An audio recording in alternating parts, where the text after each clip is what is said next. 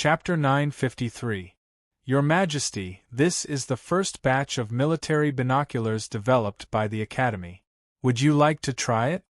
On the afternoon of the second day, Mo Lingwei and Yan Xiaoning were personally escorted by Mo Zhong and Mo Yun. They brought the binoculars to the Ho mansion and handed them to Li Zixuan. Since there was nothing to do in the afternoon, Li Zixuan brought the binoculars to the imperial palace. Li Er, who was in front of the dragon desk, was immediately energized. He quickly walked down and said, "So fast? Let me see." As soon as he finished speaking, he was already in front of Li Zixuan. Li Zixuan handed the binoculars to Li Er. Li Er took it and said in surprise, "So small? Can you see it clearly? Brat, are you cutting corners for me again?"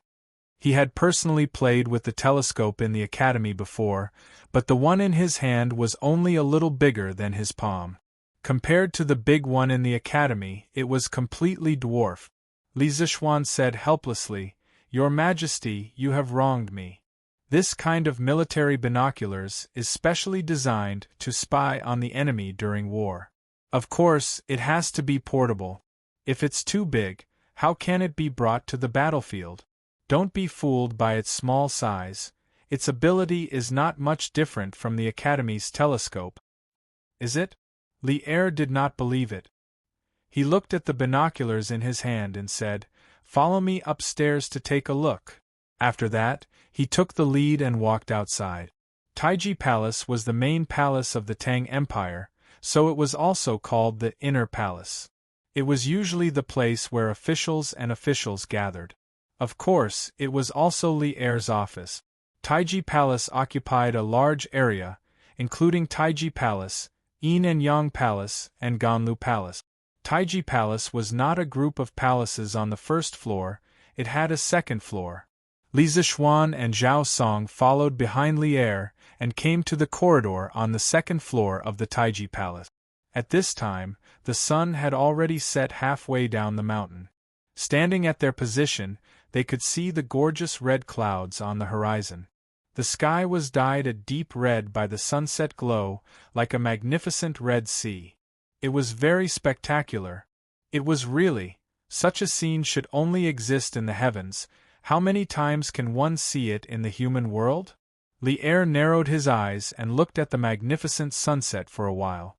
Then, he picked up the binoculars and held the binoculars in front of his eyes.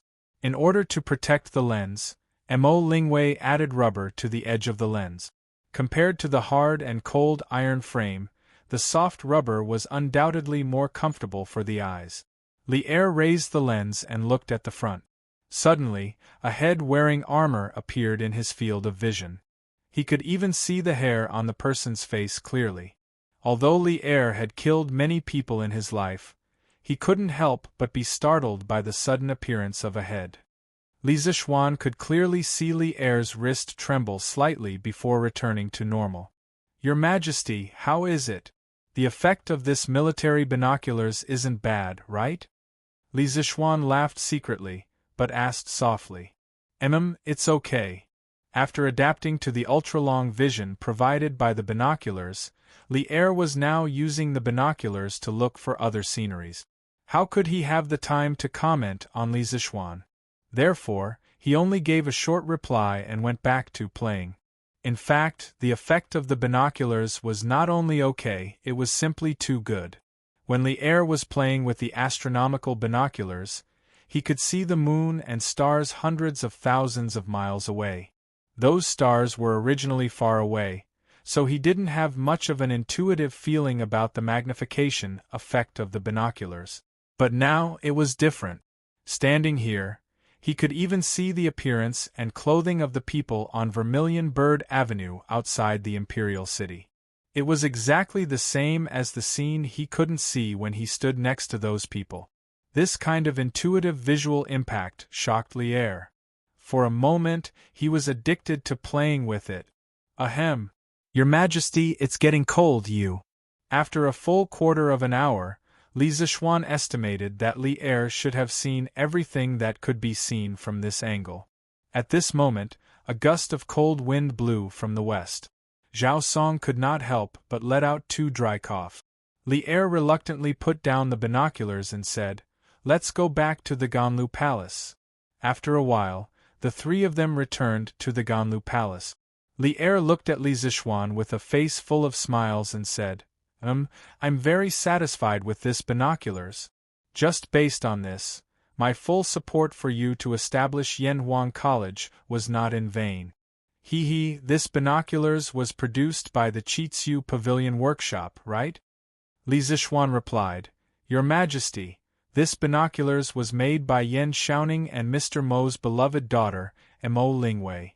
The workshop can now mass-produce them based on the technology they provided. Mo Lingwei?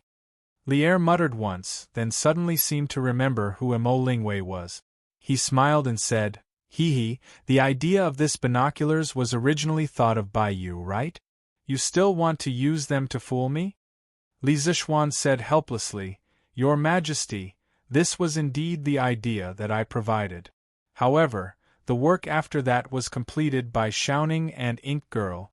The fact that this binoculars could be produced so quickly is due to the two of them. Li Er smiled and did not waste his breath on this issue. He paced 2 steps with his hands behind his back and said, Your workshop will produce another batch of binoculars like this. Medicine Master and Ji Jie have mentioned this to me more than once. Li Zixuan nodded and said, Your Majesty, Your Majesty. However, how much does Your Majesty want? After all, the production of this thing is extremely complicated and the materials are also extremely expensive. Li Er said with a toothache, You brat, don't try to fool me. How would I not know that the most important part of this binoculars is the 4 pieces of colored glass? As for the colored glass in your workshop, it is all made from sand. Li Zixuan never expected old Li to know so much. He quickly coughed dryly and said, Your Majesty, don't think that the materials are cheap. However, the process is complicated. To turn a bag of sand into colored glass, it requires dozens of processes. To grind the colored glass into the lenses of the binoculars, the workshop's old craftsman would have to grind it for several days. Furthermore, it might not even succeed. This is the cost. Shut up. Then tell me, how much are you planning to sell this binoculars to me for? Li Er said with a black face. Li Zixuan stretched out 5 fingers and carefully said, Your Majesty, I'll give you a friendly price. 500 strings of coins for one. How about that? 500 strings of coins? Li Er stared and sneered. 500 strings of coins, you brat, aren't you afraid of dying from overeating? At most 150 strings of coins. Get the workshop to make 50 for the imperial court as soon as possible.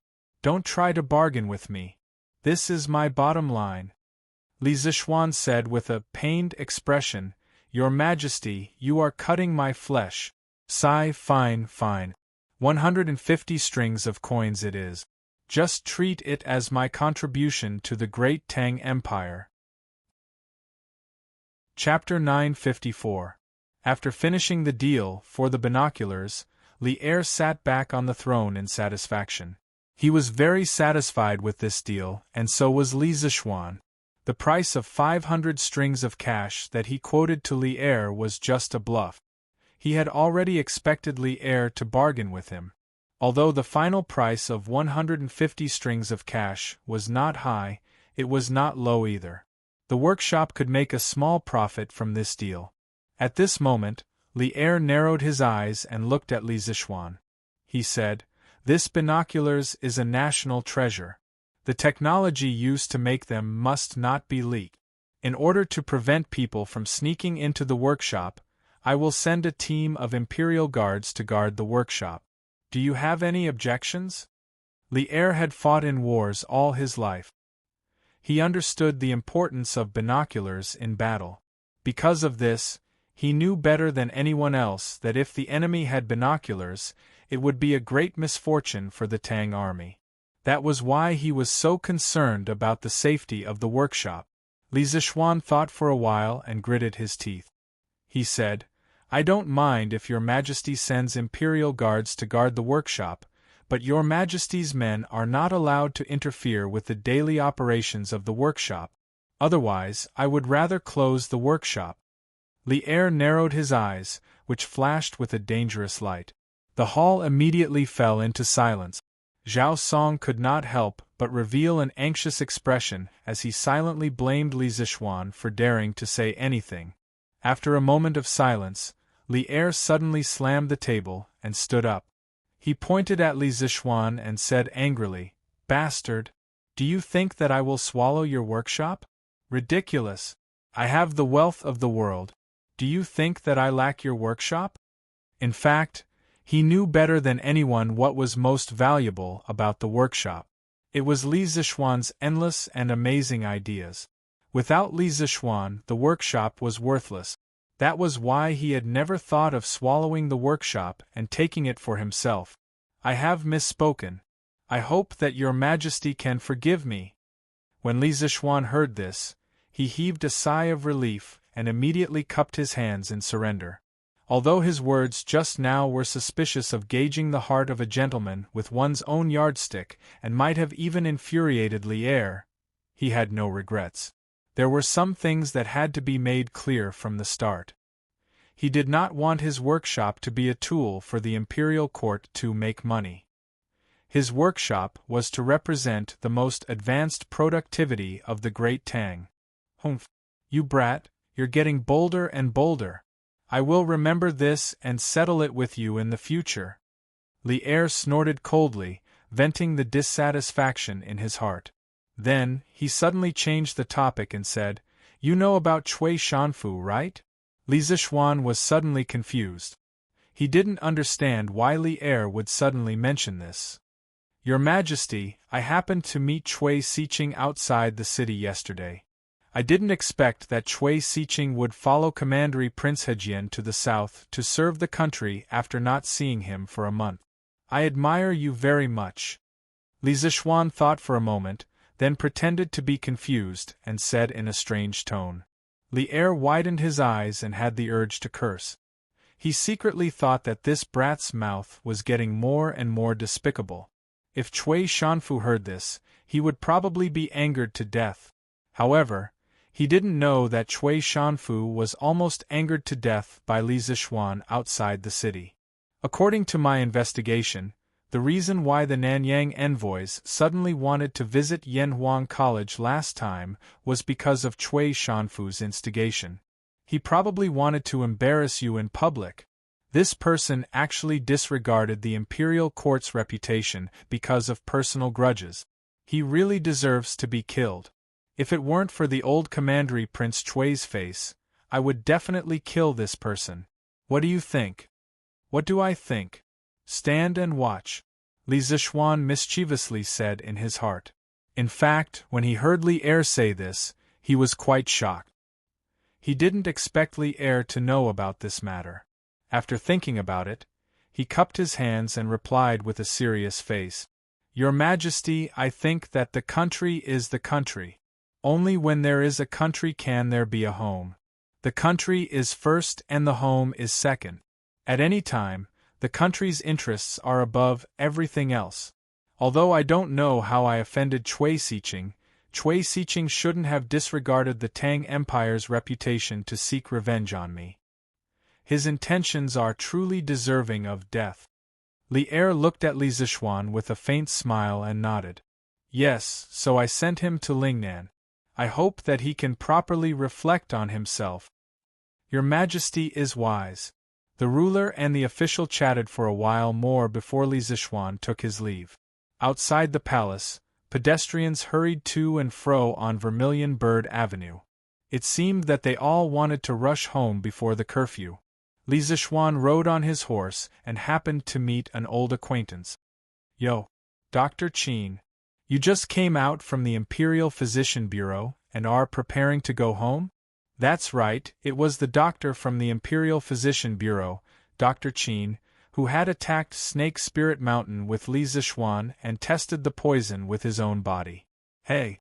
So it's Marquis. I've seen Marquis before. Marquis, how have you been recently?" This old man has just been dismissed from the Imperial Physician Bureau and is about to go home. Dr. Qin hurriedly greeted with a smile.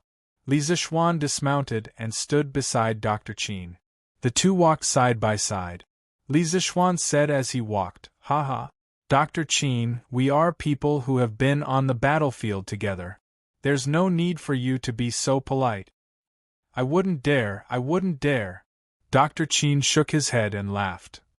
Li Zixuan rolled his eyes and suddenly said, "Oh right, Dr. Qin, this Marquis intends to establish a medical school. In the next few years, I will establish public medical centers in all the states of the Tang Empire. The Academy's medical school will cultivate medical talents for these medical centers. Dr. Qin's medical skills are superb and your medical ethics are noble. I wonder if you can recommend some similar talents to this Marquis? To fill up the Academy's medical faculty." Well, this was a rather old-fashioned way of recruiting people. He just had to wait for the willing to take the bait. Public medical centers? Marquis is indeed bold. I admire you. But I've been in the Imperial Physician Bureau for most of my life. I'm afraid that those friends of mine are no longer practicing medicine, right? Dr. Qin praised and then said regretfully. Li Zixuan smiled and said, "Since there's no one else to recommend, Dr. Qin, why don't you come to Yanhuang College yourself? Don't you want to pass down your lifelong medical skills? Now that Priest's son has a disciple, you." Dr. Qin said in surprise, "Is Priest's son also in Yanhuang College now?" Li Zixuan smiled and said, "Yes.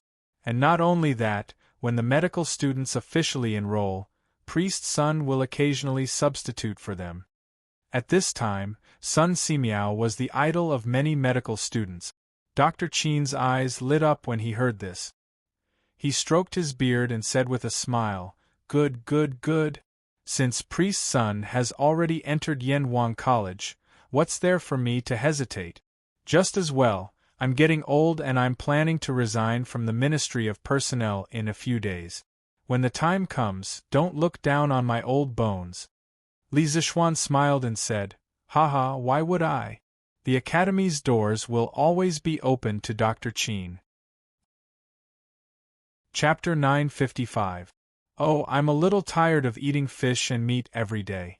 I'll get the kitchen to buy more vegetables and fruits for a change of taste. On this day, Li Zixuan was eating lunch and subconsciously complained when he faced the table full of fish and meat. Although Han Yushi and the kitchen maid at home were very good at cooking, no matter how delicious they were, they couldn't rely on eating meat every day. Moreover, a healthy life required vegetables. These days of eating fish and meat every day had been going on for more than a month. Li Zixuan couldn't bear it anymore. "Child, have you been too busy recently? It's already winter. Where do you want the servants to go to buy vegetables for you? You don't want to eat pickles. It's already good enough to have meat to eat." Mrs. Li knocked on the bowl. Her eyes were full of love and helplessness. Han Yushi also said, "Yes, husband. In this season, other than the warm soup bureau, there are vegetables and cold melons in other places. Husband, why don't you make do for a while?" The so-called Warm Soup Bureau was a department set up by the Tang Dynasty Palace to cultivate off-season fruits and vegetables. Don't be surprised. Off-season fruits and vegetables were not the patent of modern people. Off-season fruits and vegetables had already appeared as early as the Qin and Han dynasties. Back then, Qin Shi Huang planned the burying of Confucianism incident because of this. According to the historical records, Qin Shi Huang secretly planted melons in the warm place of Li Mountain's Mausoleum Valley. The melons were ripe and he ordered the scholars to say it. People said different things, so the order was different. In the end, these Confucian scholars didn't know the reason. After seeing that the melons were rare in winter, they were all killed. In the Han Dynasty, the royal vegetable base, Taiguan Garden, began to use the method of storing fire to grow off-season vegetables on a large scale. At that time, there was an official named Zhao Xinchen. He said that off-season vegetables were illegal food and couldn't be eaten. It would hurt people if they ate it. However, these words were obviously to fool people. His real purpose was to persuade the royal family not to be too extravagant. However, the Taiguan garden, which produced and supplied off-season vegetables for the royal family, was not abolished during the Han Dynasty. In the Tang Dynasty, the warm soup bureau replaced the Taiguan garden and began to provide off-season vegetables for the royal family. However, the cultivation method of vegetables at this time was obviously more environmentally friendly. They provided heat to the vegetables through hot springs instead of storing fire. Warden of warm soup? After hearing what his mother and wife said, Li Zishuan finally remembered the era he was in. But when he heard about the warm soup bureau, he subconsciously understood.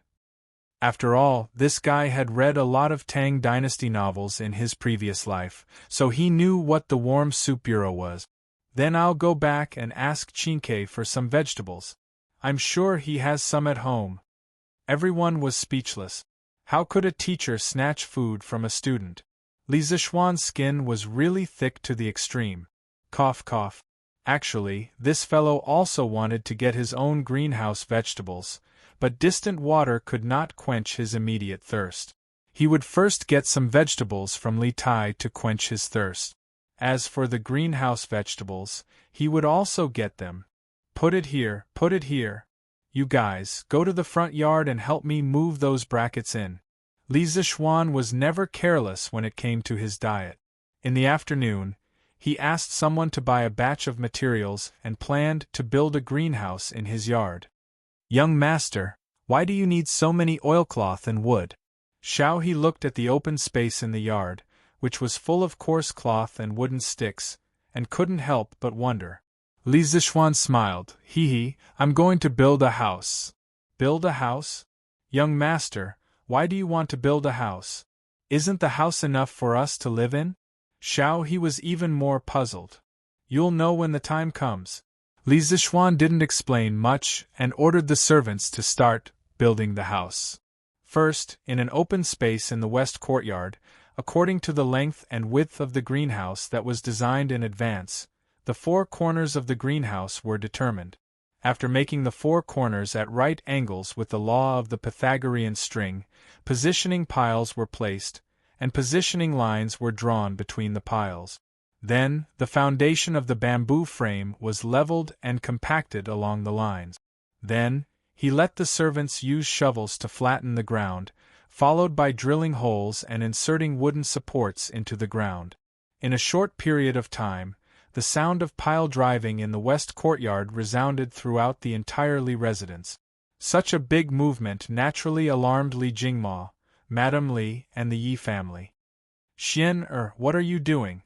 Although Father Li had already retired and didn't care about the family's affairs, he couldn't help but frown when he saw his son destroying the house's courtyard. Li Zishuan saw that the main members of the family were basically all present, and understood that his movement was too big. He suddenly felt a little embarrassed. Father, I'm planning to build a house specially used to grow vegetables in the winter. When the time comes, if our family wants to eat vegetables, we don't have to beg others. Build a house? Grow vegetables? Li Jingma's eyes widened, and then he scolded with a straight face, Nonsense. I've lived for so long, and I've never heard of growing vegetables in a house. You've been following your master since you were young, and you've never been involved in farming. Now you're actually doing such a ridiculous thing, it's simply wishful thinking. If this gets out, it'll be a joke. Li Zishuan wasn't convinced. Father, you haven't tried it, how do you know this method won't work? Besides, it's not like no one has ever tried growing vegetables in the winter. Can't you just do it in the hot spring department? Li Jingma said angrily. There's a hot spring in the hot spring department to keep it warm all year round. How can it be the same? Stop fooling around and get them to remove these things as soon as possible. In fact, if it were any other time, Li Zishuan could do whatever he wanted at home, but now Yi Guozhong and the others were still living in the Li family. When Li Jingma saw his son fooling around like this, he felt a little embarrassed. If he didn't do it well, he would be reprimanded by his father-in-law again. Li Zichuan didn't have as many twists and turns as his father. He waved his hand and motioned for the servants who had stopped next to him to continue working. Then he turned to Li Jingma and said, "Father, since you don't believe me, let's make a bet. If I grow vegetables in this house, will you eat them or not?" How could Li Jingma believe Li Zichuan's nonsense? He stroked his beard and said proudly, "Humph! Don't try to deceive me. If you can grow vegetables in the winter, I won't eat a single one even if I starve to death." "Humph! You old man have nothing better to do. Why are you being so serious with your son? When your son really grows vegetables, I'll see if you'll eat them or not." Mrs. Li, who was next to them, couldn't help but roll her eyes when she saw that the old man and the young man were actually betting. In her opinion, although her son's actions seemed ridiculous, countless facts in the past had proven that her son was always right. Chapter 956. Madam, I'm not being serious. Why don't you ask your parents-in-law if they've ever heard of planting vegetables in a house? Madame Li's words were obviously biased. Li Jingma was immediately dissatisfied. Speaking of which, he could be considered an official now. Why was his status in the family still so low? This was intolerable. Yi Guozhong saw that Li Jingma had turned the topic to him. He thought for a moment and said, "It didn't exist in the past, but it doesn't mean it won't exist in the future.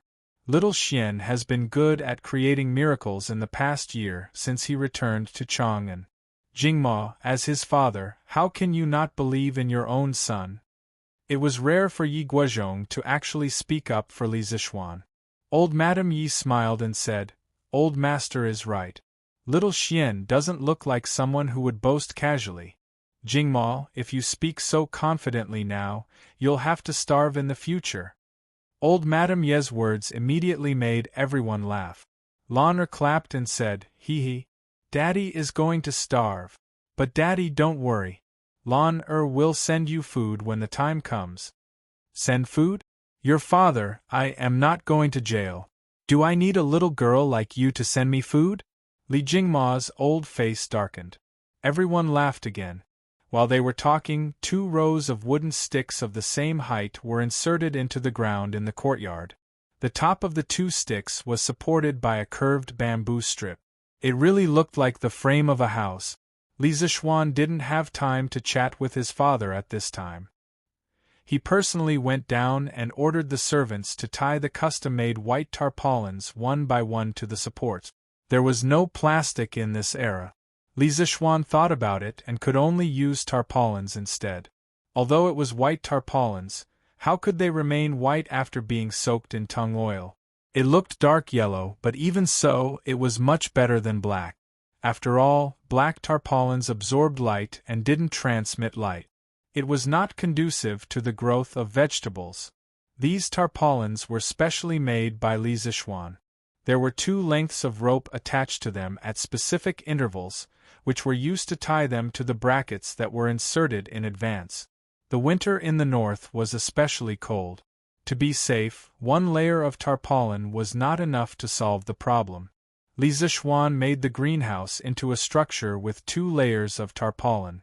This way, the greenhouse would be even more insulated.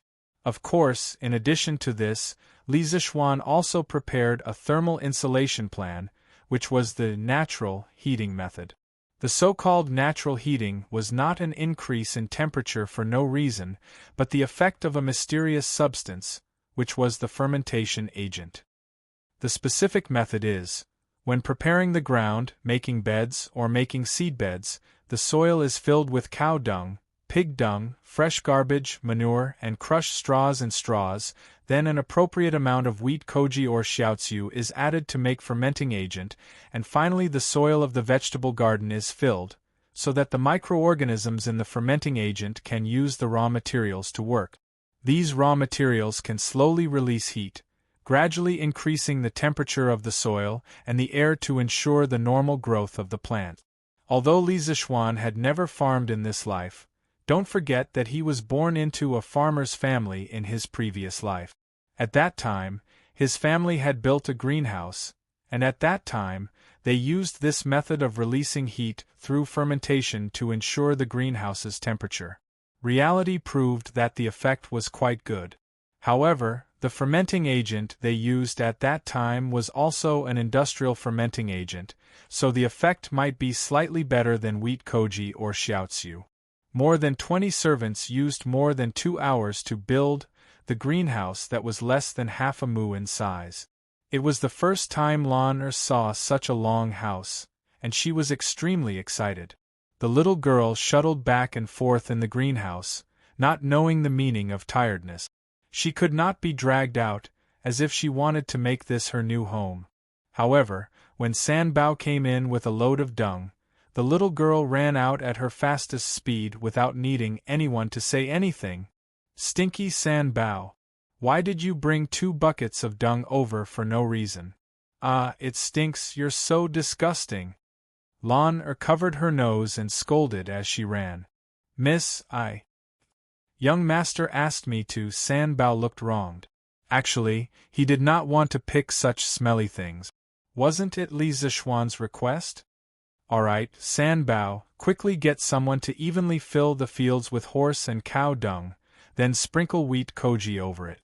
Then, plant the seeds of water spinach, cold melon, leeks, and shepherd's purse.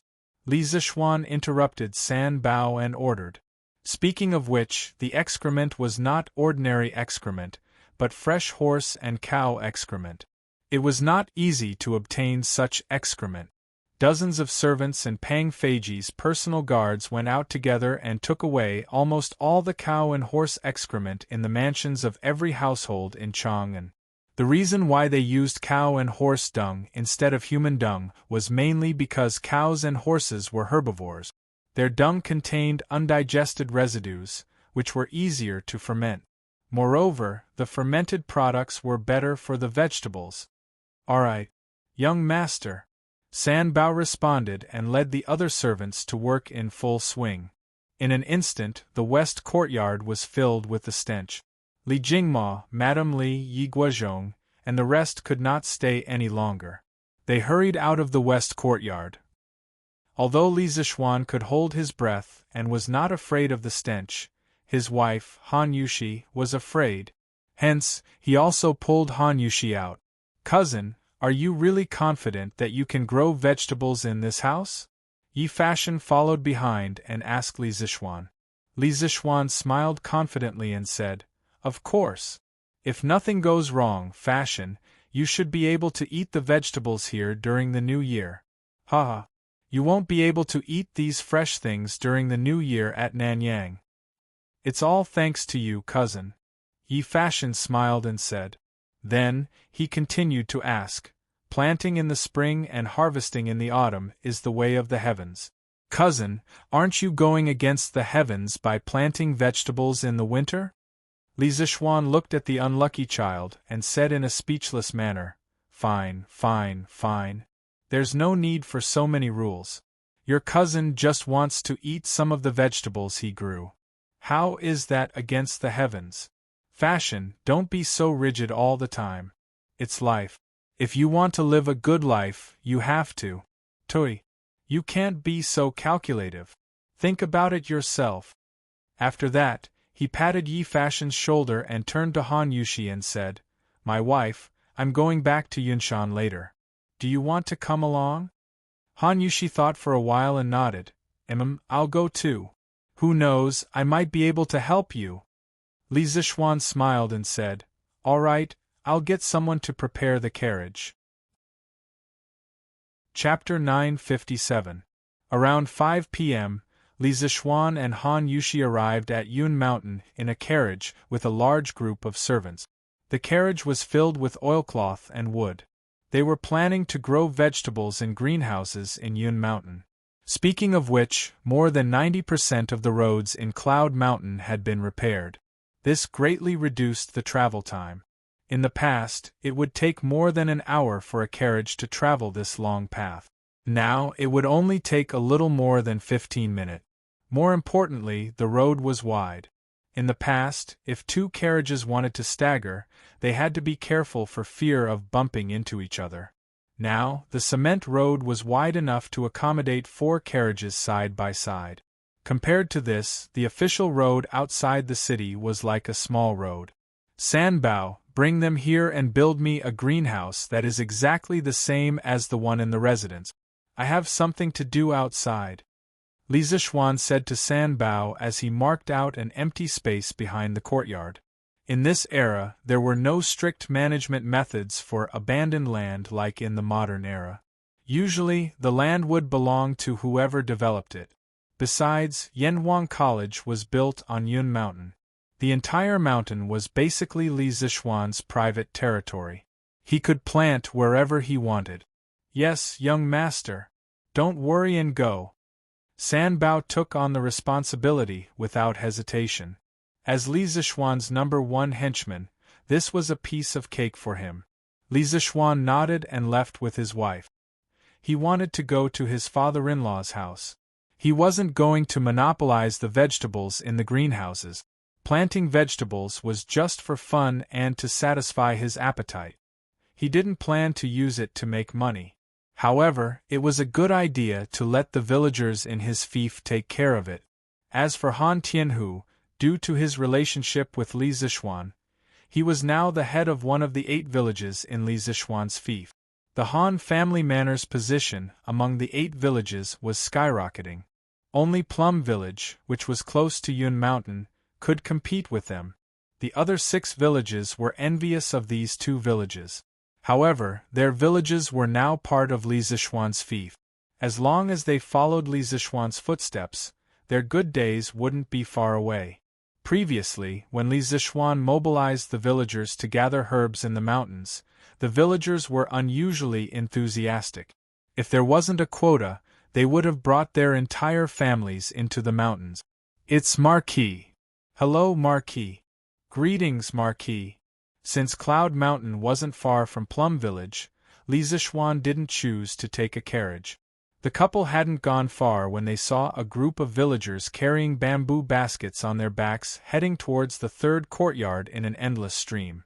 When the villagers saw Li Zixuan, they stopped in their tracks and bowed. Their faces were filled with excitement. Yes, you're going to look for Dr. Sun? Some of them were familiar to Li Zixuan, while others were unfamiliar. However, when he saw the herbs in their bamboo baskets, Li Zixuan guessed that they were here to sell herbs. Yes, Marquis. We're all going to Dr. Sun to sell herbs.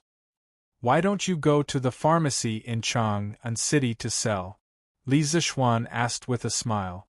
When he decided to set up a school hospital in the academy, he put a sum of money in Sun Simiao's place for him to purchase herbs. The purchase price of herbs here wasn't much better than the big pharmacies in Chang'an City. Some herbs were even cheaper than the ones in Chang'an City. The main reason was that Sun Simiao didn't think it was worth the money.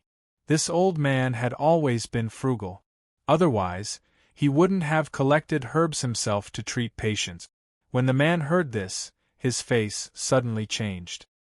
He straightened his neck and said, "Marquis is kind-hearted. He pointed out a way for us to make money. Why would we do such a treacherous thing? Wouldn't that be like being criticized behind our backs?" An old man next to him also said, "Xuanzi is right. Marquis, you're kind-hearted. Besides, Dr. Sun doesn't charge for treating the poor. The herbs we collect don't cost anything. It's just a little effort. Even if Dr. Sun doesn't pay us, we have no reason to give these herbs away. Yes, who knows, these herbs might even be used by divine Dr. Sun on us in the end. Yes, although we're poor, we can't let others criticize us behind our backs." The old man's words immediately gained the approval of many people. Li Zixuan's kindness to the people of his fief and Sun Simiao's kindness to the poor had been widely spread in the area near Chang'an City. People's hearts were made of flesh. In the face of good people like Li Zixuan and Sun Simiao, how could they only recognize money and not care about feelings? It had to be said that the feelings of kindness in this era were quite strong. If this situation was in modern times, it would be hard to say. Han Yushi looked at Li Zixuan, her heart full of love. She was happy that her husband had won the hearts of the people. Li Zixuan patted the man's arm and said, "Haha, good. Good. Good. I appreciate your kindness. Since you are now the people of my fief, I will definitely take you to live a good life. Marquis is righteous. Marquis is mighty." The people had been looking forward to this promise in their hearts.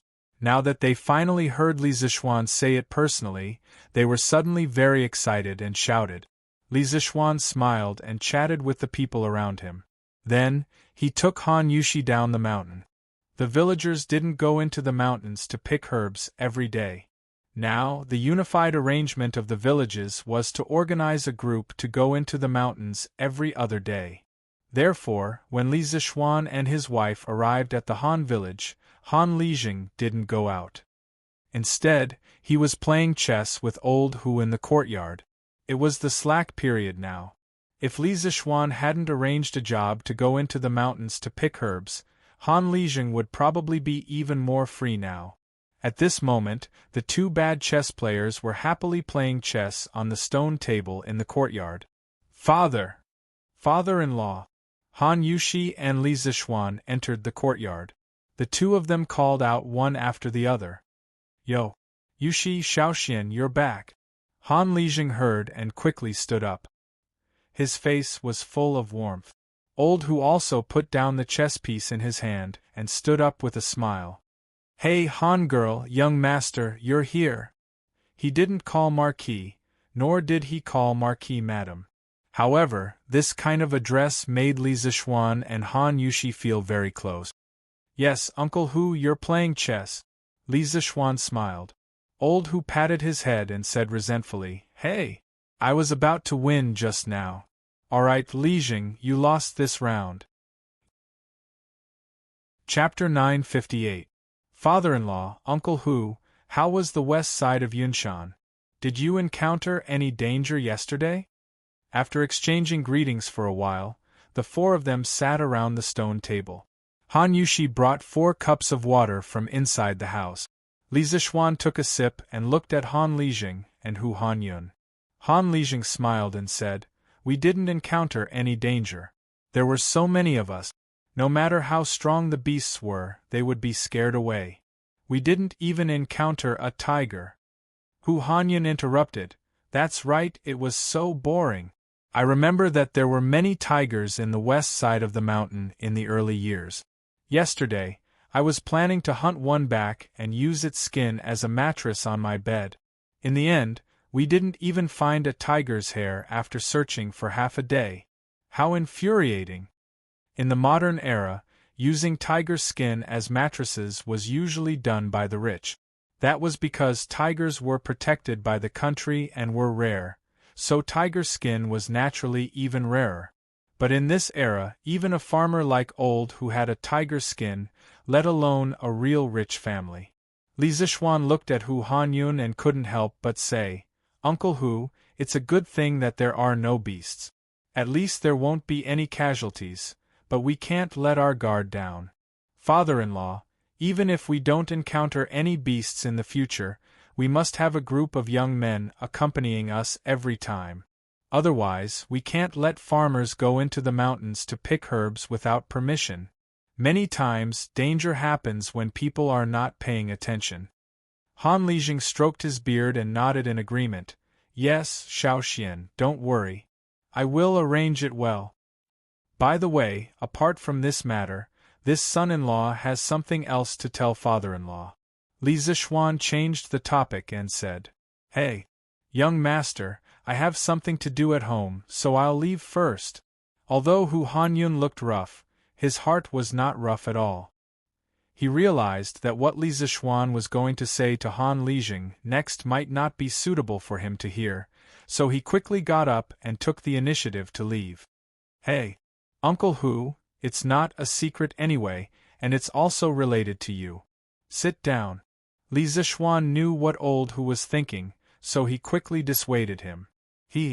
Then I, Old Hu, will listen." When Hu Hanyun heard this, He laughed awkwardly and sat down again. Li Zishuan then told him about his plan to popularize greenhouses and use this method to cultivate vegetables in winter. When Han Lijing heard this, his eyes widened. He said in disbelief, "Little Xian, is this method of yours really feasible? This old man has lived for so long, but I've never heard of anyone growing vegetables in their house." Before Li Zishuan could say anything, Hu Hanyun interrupted, "Hey! Li Jing, it's not right for you to ask this question. Since the first time young master came to our manor at the beginning of the year, when has he ever said anything wrong? From what I, old Hu, see, although this method sounds unlikely, but since young master said it, then it will definitely work." Li Zishuan waved his hand and laughed, "Ha ha! Uncle Hu, don't praise me. How can I be as amazing as you say? Coincidentally, I've just built a vegetable shed in the side yard. Father-in-law, Uncle Hu, why don't you come with me to take a look and learn how to build it and cultivate it? Later on, you can teach the other farmers in our manor who are willing to learn. When the vegetables are ripe, it will bring in a decent amount of income for the farmers, right?" "Good, good, good," Han Lijing said excitedly. "Little Xian, this is not just a decent amount of income. It's simply a huge amount of income.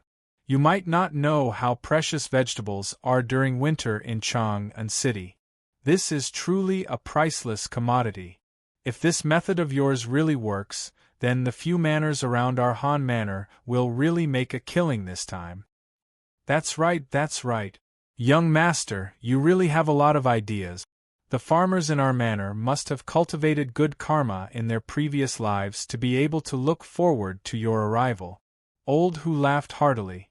Han Lijing didn't even lock the door and followed Li Zishuan up Cloud Mountain with Hu Hanyun. Although the security wasn't so good that Tu Bu couldn't pick up his belongings, with the villagers around to look after them, Han Lijing wasn't worried at all that his belongings would be stolen. The four of them hurried along and arrived at Cloud Mountain's first courtyard in a little more than 15 minutes. At this time, a dark yellow tarpaulin shed about 10 feet long and 10 feet wide was revealed in front of them.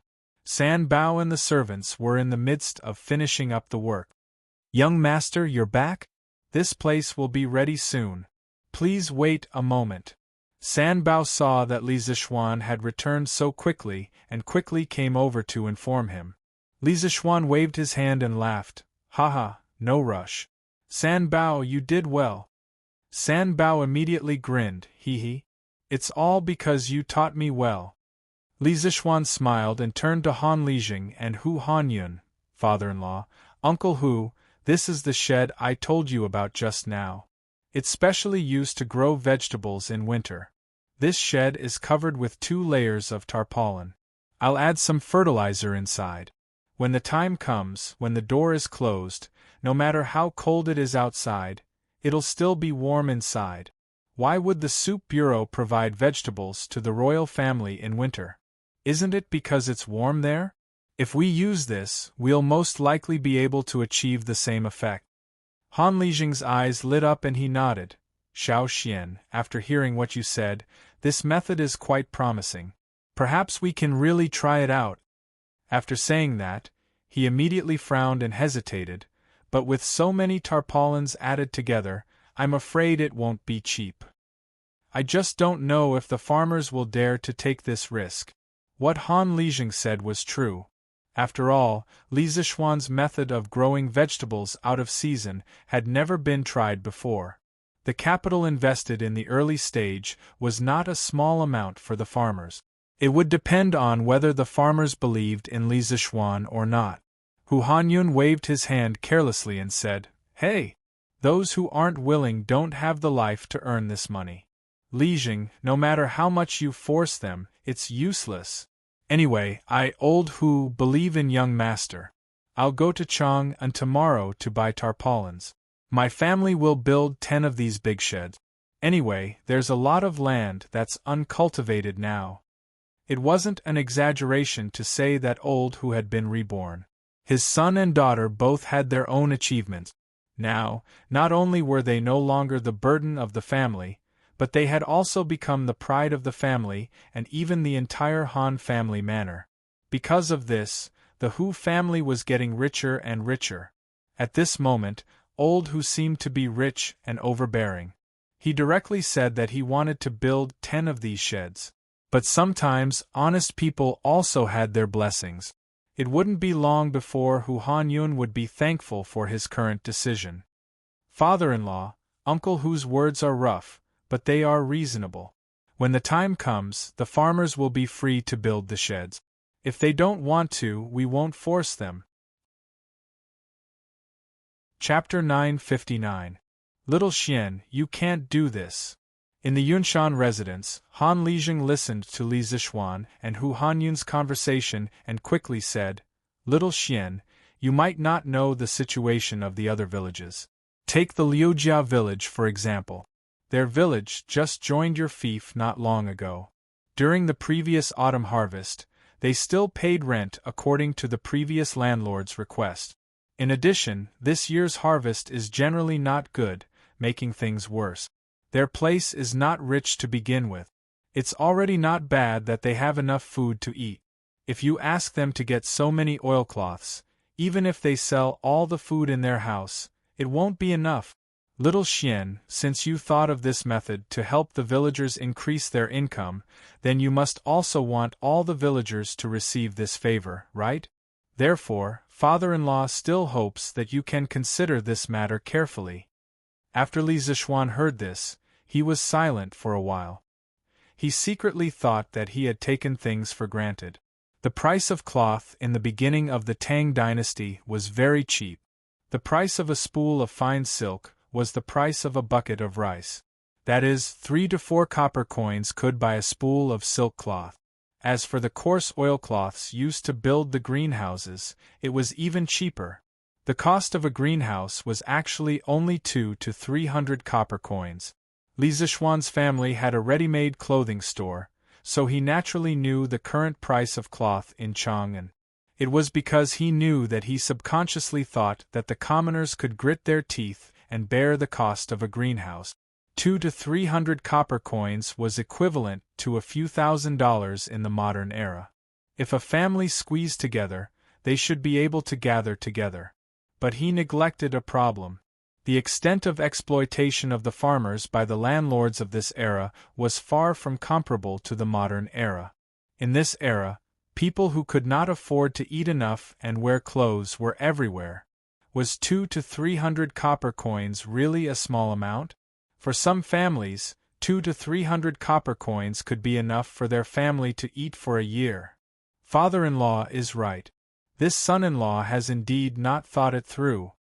Li Zixuan thought for a moment and took the initiative to admit his mistake.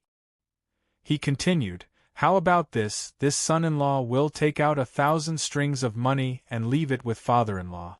If the villagers are willing to build greenhouses and have difficulties at home, they can come to you to borrow a sum of money. Each family can borrow at most 500 copper coins. They don't need to pay interest, as long as they can repay the principal within a year. Father-in-law, what do you think about this? Capital loans were not unique to modern times. In ancient times, this was not a new thing at all. The reason why Meng Changjun, one of the 4 young masters of the Warring States period, was able to raise 3,000 retainers and recruit talents from all walks of life, was because of the business of lending money and collecting interest. According to historical records, there was a year when Shuedi failed to pay interest. Meng Changjun sent people to collect interest, but they still received an interest of 100,000. It could be seen that the scale of lending money was very large. Compared to that, Li Zixuan was not lending money at all. He was doing a good deed. After all, he did not charge any interest. Han Lijing said with a smile, That's great. In this way, little Xian, you are truly working for the well-being of the common people. Hey! Young master, you are so kind. The banks in Chang'an City lend money to people, and they ask for 10% interest every month. Old Hu said with a grin. To be honest, he was a little tempted by this preferential offer. Regarding private lending, The Qin and Han dynasties was the first time in China's history that usury was at its peak. After the Tang dynasty, private lending developed even more rapidly. Various banks and pawnshops were set up in Shi City. Hence, it became the earliest financial street in China. Of course, in order to suppress usury, the imperial court also imposed many restrictions on private lending. There were clear records that the legal interest rate during this time was 10% per month and 120% per year. Compared to the interest rate during the Qin and Han dynasties, this interest rate was more friendly. However, to the common people, this interest rate was still relatively high. Hence, when Old Hu heard that Li Zixuan wanted to lend money to the villagers without paying interest, he could not help but be tempted. After all, if he borrowed money from the banks, he would have to pay back 600 in interest a year later. In this way, borrowing money was profiting. Li Zixuan smiled and changed the topic. Uncle Hu, father-in-law, take a closer look at this greenhouse. If there is anything you don't understand, you can ask me. In the next few days, this greenhouse will be promoted to all the villagers. When the time comes, I will have to trouble you. Han Lijing nodded and said, "Okay. Old Hu and I will take a closer look." Although he and Hu Hanyun had an unruly time when they were young, later on, they obediently stayed at home and farmed. They could be considered as genuine farmers. Imitating others to grow vegetables was a piece of cake for them. The next day, Old Hu went out early in the morning. Today, he did not follow the village's young men into the mountains as a guard. He had more important things to do, and that was to buy cloth. There was no ready-made oilcloth, so he bought coarse cloth, and then some tung oil, and went home to make it himself. When he went there, it was an empty ox cart. When he came back, it was full of coarse cloth, and there were 2 barrels of tung oil hanging on the side of the cart. "Yo, isn't this Old Hu? Why did you buy so much cloth? Are you making clothes for your son? That's not right. Why didn't you buy silk cloth, but so much coarse cloth?" On the way, it was inevitable that he would meet some acquaintances. Old Hu usually laughed and said carelessly, "Ha ha. Recently, the family is short of firewood, so I bought some coarse cloth to burn at home." If it wasn't someone from the village, Old Hu was determined not to reveal the secret of growing vegetables in the greenhouse. It was just that his response was a little too shocking. Buying coarse cloth to burn as firewood? Hearing Old Hu's response, people all suspected that Old Hu's brain was fried. Although the situation of Old Hu's family was much better this year, it was not to the point of being extravagant enough to burn coarse cloth as firewood, right? "My son's mother. I'm back. Come out and help me carry the things." The road from the Chang, an official road to the Han village, was now flat and wide. After a while, Old Hu returned home. As soon as he entered the courtyard, he shouted at the top of his voice, "Hey master, you're back so soon?" When Lu Yue heard the noise, she hurriedly ran out of the house. When she saw the mountain of coarse cloth on the ox cart, she was stunned. This, husband, how much did you buy these cloth for?" Hu Hanyun wiped away his sweat and said with a grin, "Hey! It's only 3 strings of coins worth of cloth. The shopkeeper said that if I bought more, he would give me more, so I bought more. It's not a loss, not a loss." "It's not a loss? What did you say when you left? You only bought 2 strings of coins worth of cloth. Now that you've bought such a big cart, what are you going to do with the extra cloth?" Lu Yue said angrily. "Do what? Burn. Bah, I'm going to grow vegetables." Old Hu answered this question too many times along the way, so he couldn't help but say that word directly. Chapter 960. Hearing Hu Hanyun say burn, Lu Yue was so angry that smoke almost came out of her head. "Husband, we've built so many greenhouses. What if we lose money? After all, growing vegetables in winter doesn't sound very reliable." Hu Hanyun glanced at his wife and said in annoyance, "What does a woman like you know? Young master is the son of a god. How can he be wrong? If it weren't for young master, we would still be living in this rundown house. We would still be cooped up at home with them. You don't have to believe other people, but you have to believe everything young master says. Although Lu Yu liked to take advantage of others, she wasn't someone who didn't know what was good for her. In this kind of situation, she was still able to distinguish between right and wrong. Understood, husband, Hu Hanyun said with satisfaction. Take down these coarse cloths and dip them in tung oil to dry. I'll go to the mountains to chop some wood. We'll go build the greenhouses in the afternoon. Lu Yui agreed and said, Then, husband, go quickly and come back quickly. Okay. At the same time, the news of Li Zixuan's intention to promote greenhouses to grow vegetables began to spread among the 8 villages. Of course, what was more attractive was Li Zixuan's interest-free loan, which ignited the hope of many poor people. Wife, tie up the old hen at home. I'll bring it to the Han village later and borrow 500 copper coins from Han Lijing. Our family also wants to follow Marquis and build greenhouses. In a dilapidated courtyard in the Liujia village, a middle-aged man with dark skin and a thin figure suddenly seemed to have made up his mind. He stood up abruptly and said to the house, Ah, husband, you're going to borrow so much? What if we can't pay it back when the time comes? A woman in coarse clothes walked out of the house and said anxiously. The man gritted his teeth and said, We have to pay it back. When the time comes, we'll definitely be able to pay it back. Wife, think about it. As long as we can use these greenhouses to grow vegetables, let alone 500 copper coins, we'll have a few thousand copper coins. You know old Hu from the Han village, right? It was said that his son was cured by Marquis. Hu knew that he would be admitted to Yanhuang College a few months ago. He was really lucky. Our Huzi isn't young anymore. I have to hurry up and get him a package so that he can go to school to learn something.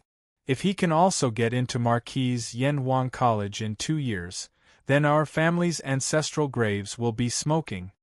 In ancient times, it was a kind of gift given to each other by superiors and subordinates, relatives and friends. In ancient times, when students and teachers met for the first time, they would first present gifts as a sign of respect. This was known as a gift. It had already been implemented during the time of Confucius. In the Tang Dynasty, schools still used the ceremony of paying tuition, but many poor families could not afford to pay tuition, so naturally, they did not have the life to study. The woman hesitated and said, But, husband, what if? What if Marquis' method doesn't work and we can't grow vegetables? In fact, this woman's thoughts represented the thoughts of a considerable number of people. Most of the farmers who were still hesitating were not sure whether Li Zixuan's method could grow vegetables in winter. The man was suddenly speechless.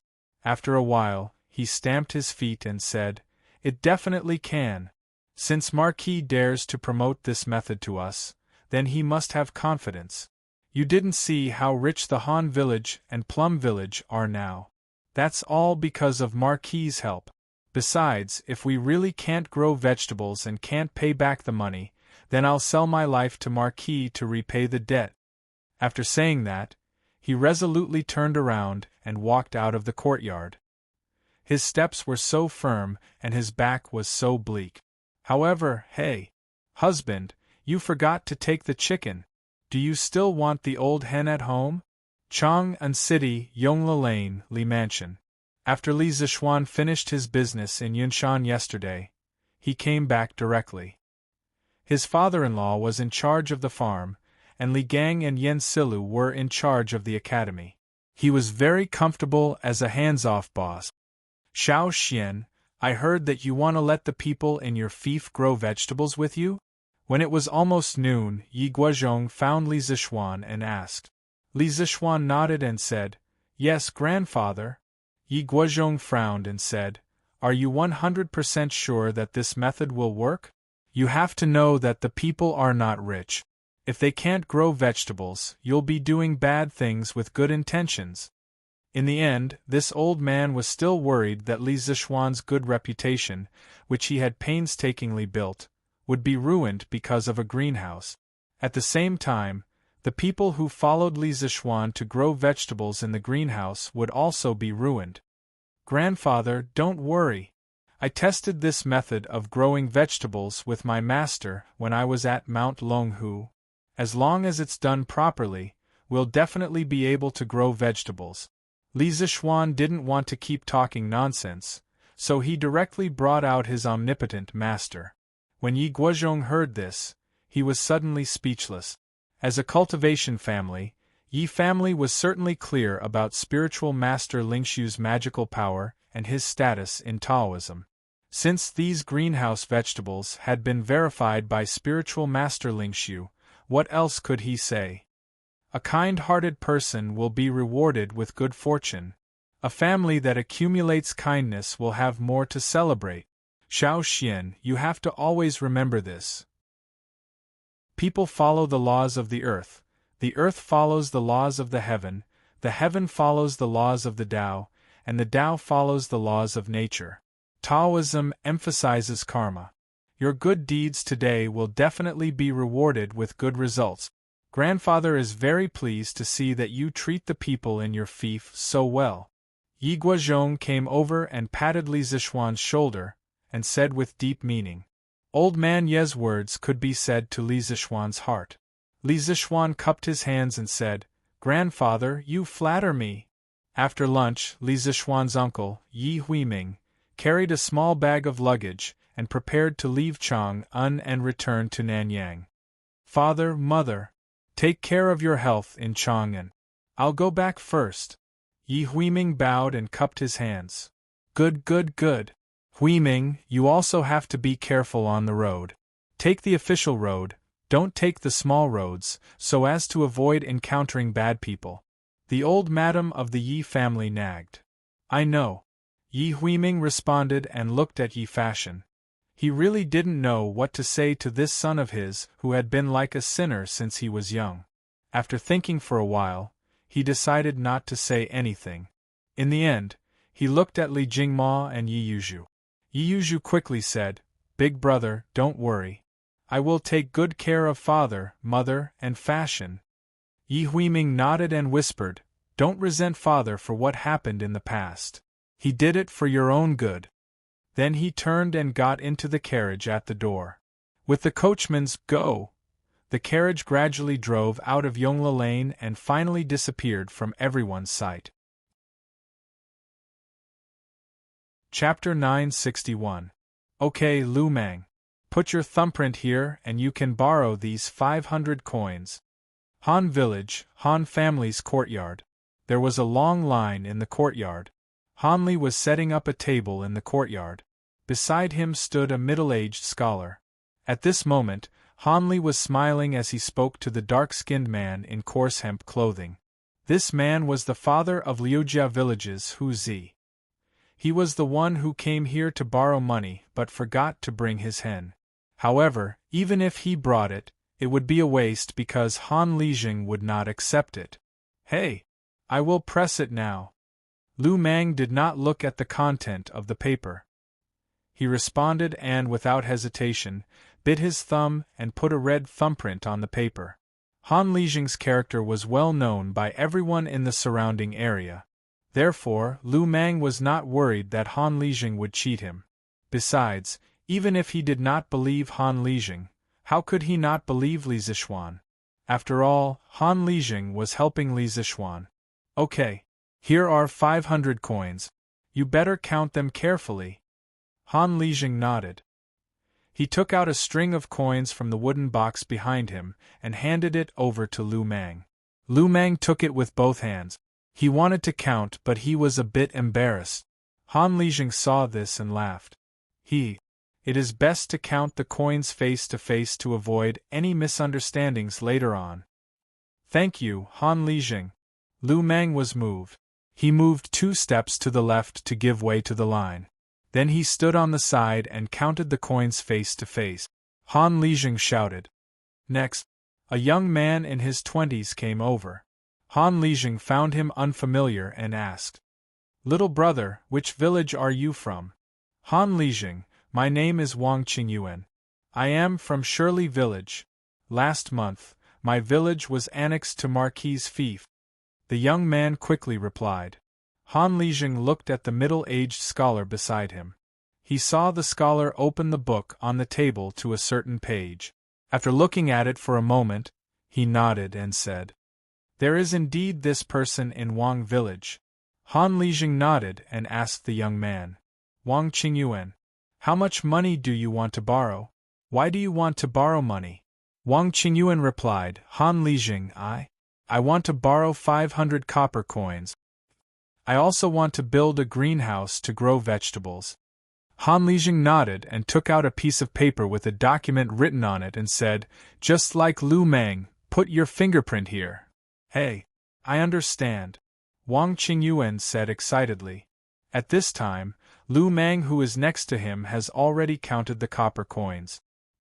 He scratched his head and somewhat embarrassedly asked Han Lijing, "Han Lijing, how should we build this greenhouse? I want to learn." Holding the heavy 500 copper coins, he felt a huge pressure in his heart. If he couldn't grow vegetables, then his family would be completely finished.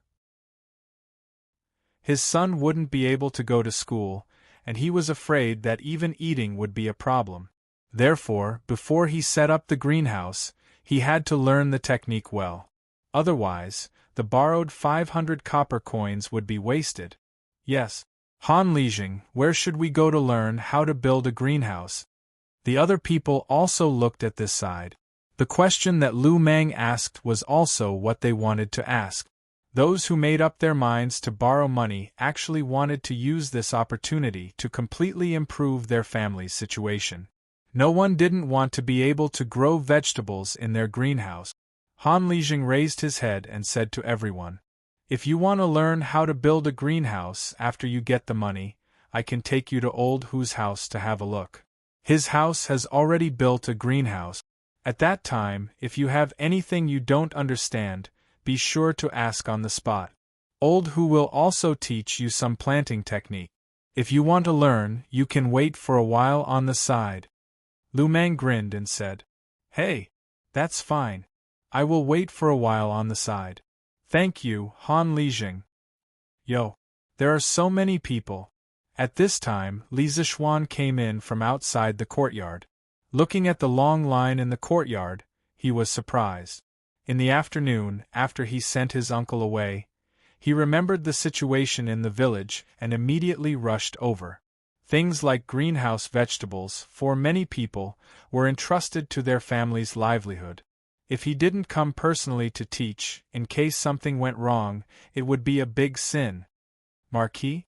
Marquis is here. Greetings to Marquis." Greetings to Marquis. Among the nobles of the Great Tang, Li Zixuan was one of the more down-to-earth nobles. He often interacted with the people of the lower class, so there were many people who recognized Li Zixuan. The moment he entered, many people recognized him, and the people in the procession instantly grew excited and enthusiastically bowed. Li Zixuan nodded his head to greet them one by one. He walked to the front of the line.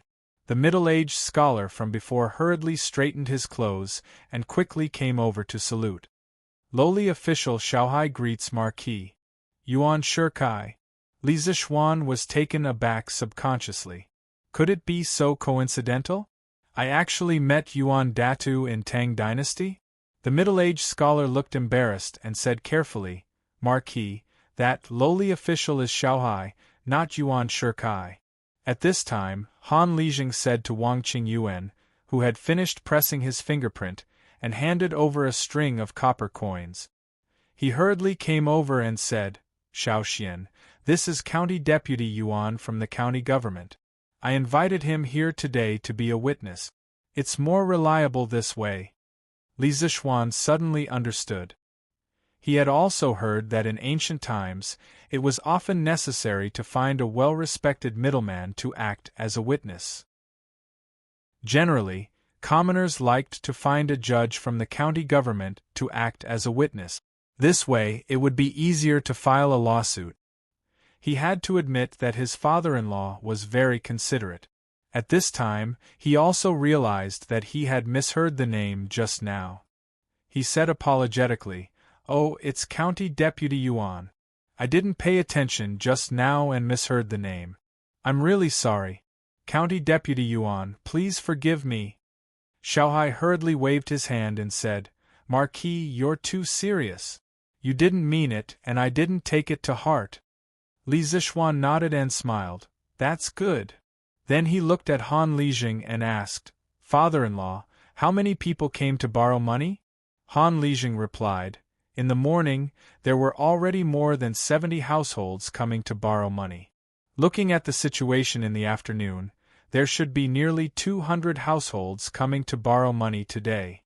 Li Zixuan was shocked. He didn't expect that there were so many farmers who couldn't afford to build greenhouses. He secretly thought that it was fortunate that his father-in-law had reminded him. Otherwise, according to the previous policy, many people would be unable to build greenhouses even if they wanted to. "Well, father-in-law, have you arranged for the farmers to train them in building greenhouses and how to plant vegetables?" Li Zixuan asked again. Han Lijing nodded and smiled. "Yes, I have. I'll take them to Old Hu's house later. Old Hu's house has already built the greenhouses. I'll take them to the site to have a look. As for the farmers who came to collect money in the morning, I've already told them to go to Old Hu's house in the afternoon." Li Zixuan was slightly relieved. He looked at the wooden table in the courtyard and the big box containing the copper coins. He turned around and said to Pang Feiji, "Feiji, go to Yanwang College now and ask Li Tai, Meng Wenhao, Iron Egg, and Kushirqing to come over and wait here." "Yes, Marquis." Pang Feiji cupped his fists and accepted the order. He immediately turned around and left. Han Lijing didn't understand and asked, "Xiao Xian, you," Li Zixuan said, "Father-in-law, there are so many farmers. You can't handle it alone. Iron Egg and the others will come over later to help you count and distribute the money. Now, bring the farmers and follow me to Uncle Hu's house to have a look. If Uncle Hu makes any mistakes, I can point them out from the side." Han Lijing heard and felt that it was reasonable. He replied, "That's good. We'll go and have a look first." As he finished speaking, he called out to the villagers, intending to follow Li Zixuan to Old Hu's residence. Beside him, Ma Yinghai suddenly didn't know what to do. Should he follow along? Li Zixuan hadn't invited him. If he didn't go, what would he do if he stayed here alone? Moreover, there was still a pile of huge money in the courtyard. If he didn't have enough money, how could he explain himself? "County Deputy Yuan, if you're willing, you can come with us." Fortunately, Li Zixuan didn't forget about him. Hu Shihai hurriedly said, I'm willing, of course I'm willing." However, the farmers were a little unwilling. They were afraid that Hu Shihai would steal their knowledge and teach the technology of growing vegetables in the greenhouse to outsiders. However, the technology of growing vegetables in the greenhouse was Li Zixuan's. Since Li Zixuan didn't say anything, they naturally didn't have the right to say anything. They could only keep their unwillingness in their hearts. In fact, Li Zixuan wasn't worried about the technology leaking because he didn't have the intention to monopolize the business of growing vegetables in the greenhouse from the beginning. Otherwise, he wouldn't have taught the technology to the farmers. He just wanted his farmers to be the first batch of farmers to grow vegetables in the greenhouse and be the first batch to taste the sweetness of growing vegetables in the greenhouse. This technology wasn't difficult to learn. After a period of time, it was inevitable that other farmers or other dignitaries would learn it. If he didn't want to leak it, he shouldn't have made this technology public. Since he planned to teach it to the farmers, it would definitely leak one day. However, the good thing was that there were basically no vegetables in the market now. The farmers under his rule could enjoy the first batch of dividends brought by growing vegetables in the greenhouse, which was also a huge profit. As more and more people grew vegetables in the greenhouse in the future, the price of vegetables in the greenhouse would correspondingly decrease. Naturally, the profit wouldn't be as big as it was now. Marquis, you're here. Under Han Lijing's guidance, Li Zixuan and his group came to a field in the south of the Han village. This field was actually beside the Han village and was very close to the village. Li Zixuan didn't expect that there would be a large group of people in the field.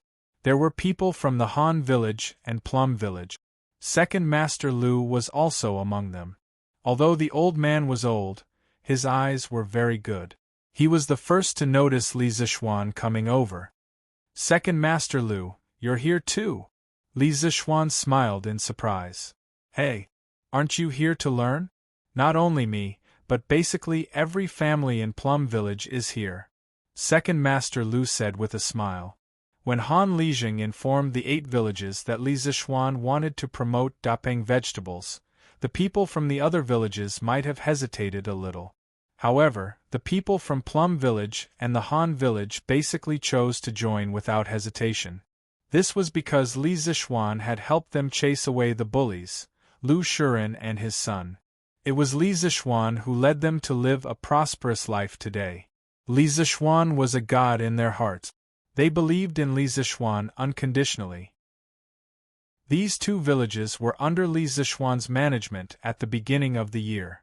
The people in the villages were basically considered wealthy. When others were thinking about whether to build a greenhouse or where to borrow money to build a greenhouse, they had already taken action. Most of them went into the city this morning to buy the coarse cloth and tung oil. When they were free in the afternoon, they ran over to Old Hu to learn the skills. Young master, you're here. Old Hu, who was not far away, hurriedly put down his work and ran over. Uncle Hu, your shed is not bad. Li Zixuan glanced at the greenhouse in the field and smiled. Old Hu scratched his head and said, Hey! It's still a little lacking compared to young master's greenhouse in the other courtyard. Li Zixuan shook his head and said, Ha! It's not bad, not bad. Uncle Hu, tell them about the techniques of building a greenhouse. I'll walk around and see if there are any flaws in your greenhouse. Old Hu naturally agreed. This was something that had been agreed upon earlier. He led everyone to the side of the greenhouse and began to explain, actually, building a greenhouse is very simple. I'll explain it to you once. You'll definitely know how to do it. If you want to build a greenhouse like this, first, Old Hu led the farmers into the greenhouse and explained as they walked. Li Zixuan wandered around the outside of the greenhouse. He was checking the airtightness of the greenhouse. Suddenly, he caught a glimpse of a small patch of yellowish green in the mound not far away from the greenhouse. When he took a closer look, he found that there was a small patch of mung bean sprouts growing in the mound. Oh, to be precise, it should be called mung bean sprouts. Those that sprouted in water were called bean sprouts. Those that grew in the ground were called bean sprouts. Damn! Why didn't I think of making bean sprouts? Seeing this, Li Zixuan suddenly thought of something. He could not help but pat his head and said regretfully, Bean sprouts? Marquis, what's a bean sprouts? Kohai, who had just walked over and wanted to talk to Li Zixuan, could not help but be stunned and asked, Oh, nothing. Li Zixuan came back to his senses and turned to look at Kohai. He changed the topic and said, Why didn't you go in with us, County Magistrate Yuan? Kohai smiled bitterly and said, This greenhouse cultivation method was created by Marquis for the farmers under his rule. As an outsider, how can I eavesdrop? Li Zixuan looked at this person in surprise. He did not expect this county magistrate to be a gentleman. It's just a folk art. It can't be considered a secret. Since I've taken it out, I don't want to keep it a secret forever. If County Magistrate Yuan is interested, you can go in and listen. Villains were born in troubled times, while gentlemen were born in prosperous times. It had to be said that ever since Li Zixuan transmigrated to this world, he had met more good people than villains. He had a good impression of people like Ma Yinghai. Kohai said happily, Marquis is so righteous. Actually, I've always been curious about how this greenhouse is used to cultivate vegetables in winter. Since Marquis has given me permission, it would be impolite of me to refuse. But don't worry, Marquis. Before I get permission from Marquis, I won't talk nonsense. Chapter 962. Li Zixuan hurriedly left after pointing out a few small mistakes in the shed that the Han family manor had built for Hu Hanyun. Wife, do you have soybeans or mung beans at home? Li Zixuan asked Han Yushi when he returned to his home in Chang'an. Yes, he wanted to get some bean sprouts to eat. Although the greenhouse vegetables could provide vegetables on a large scale during the winter, distant water could not quench the immediate thirst. At the very least, they would have to wait for close to 2 months before they could eat them. The vegetables that they ate yesterday were all taken from the Prince of Wei's residence. It was not a big deal to take it once or twice, but it would not be good if they took it too many times. The small bean sprouts in the Hu family's field in the afternoon made Li Zixuan's eyes light up. It took a long time for greenhouse vegetables to mature, but bean sprouts did not. In this season of shortage of vegetables, crisp and refreshing bean sprouts tasted much better than fish and meat. Hubby, there should be liuli, same pronunciation as green. Beans at home, but what is yellow bean?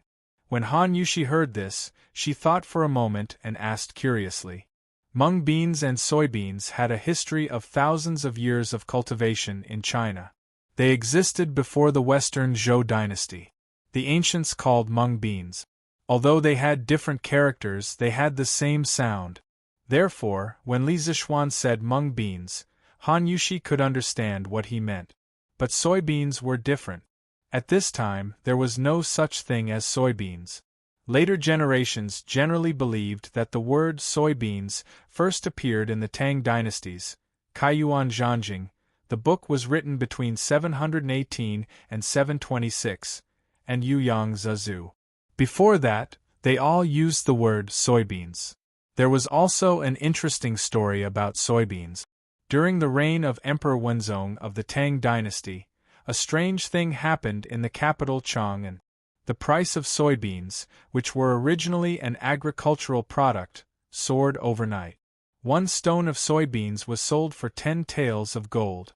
It was said that Emperor Wenzong loved women with big breasts. There was a palace maid surnamed Wang who became a phoenix just because one of her breasts was unusually prominent. She was promoted to Jiaoyi and became the favorite of Emperor Wenzong. With this successful precedent, the imperial concubines in the harem began to buy and store soybeans in large quantities. They would eat them every meal. According to the theory of traditional Chinese medicine, soybeans had a certain breast enlargement effect. With the help of the imperial concubines, the price of beans in Chang'an rose faster than the price of houses in modern times. Audit soybeans.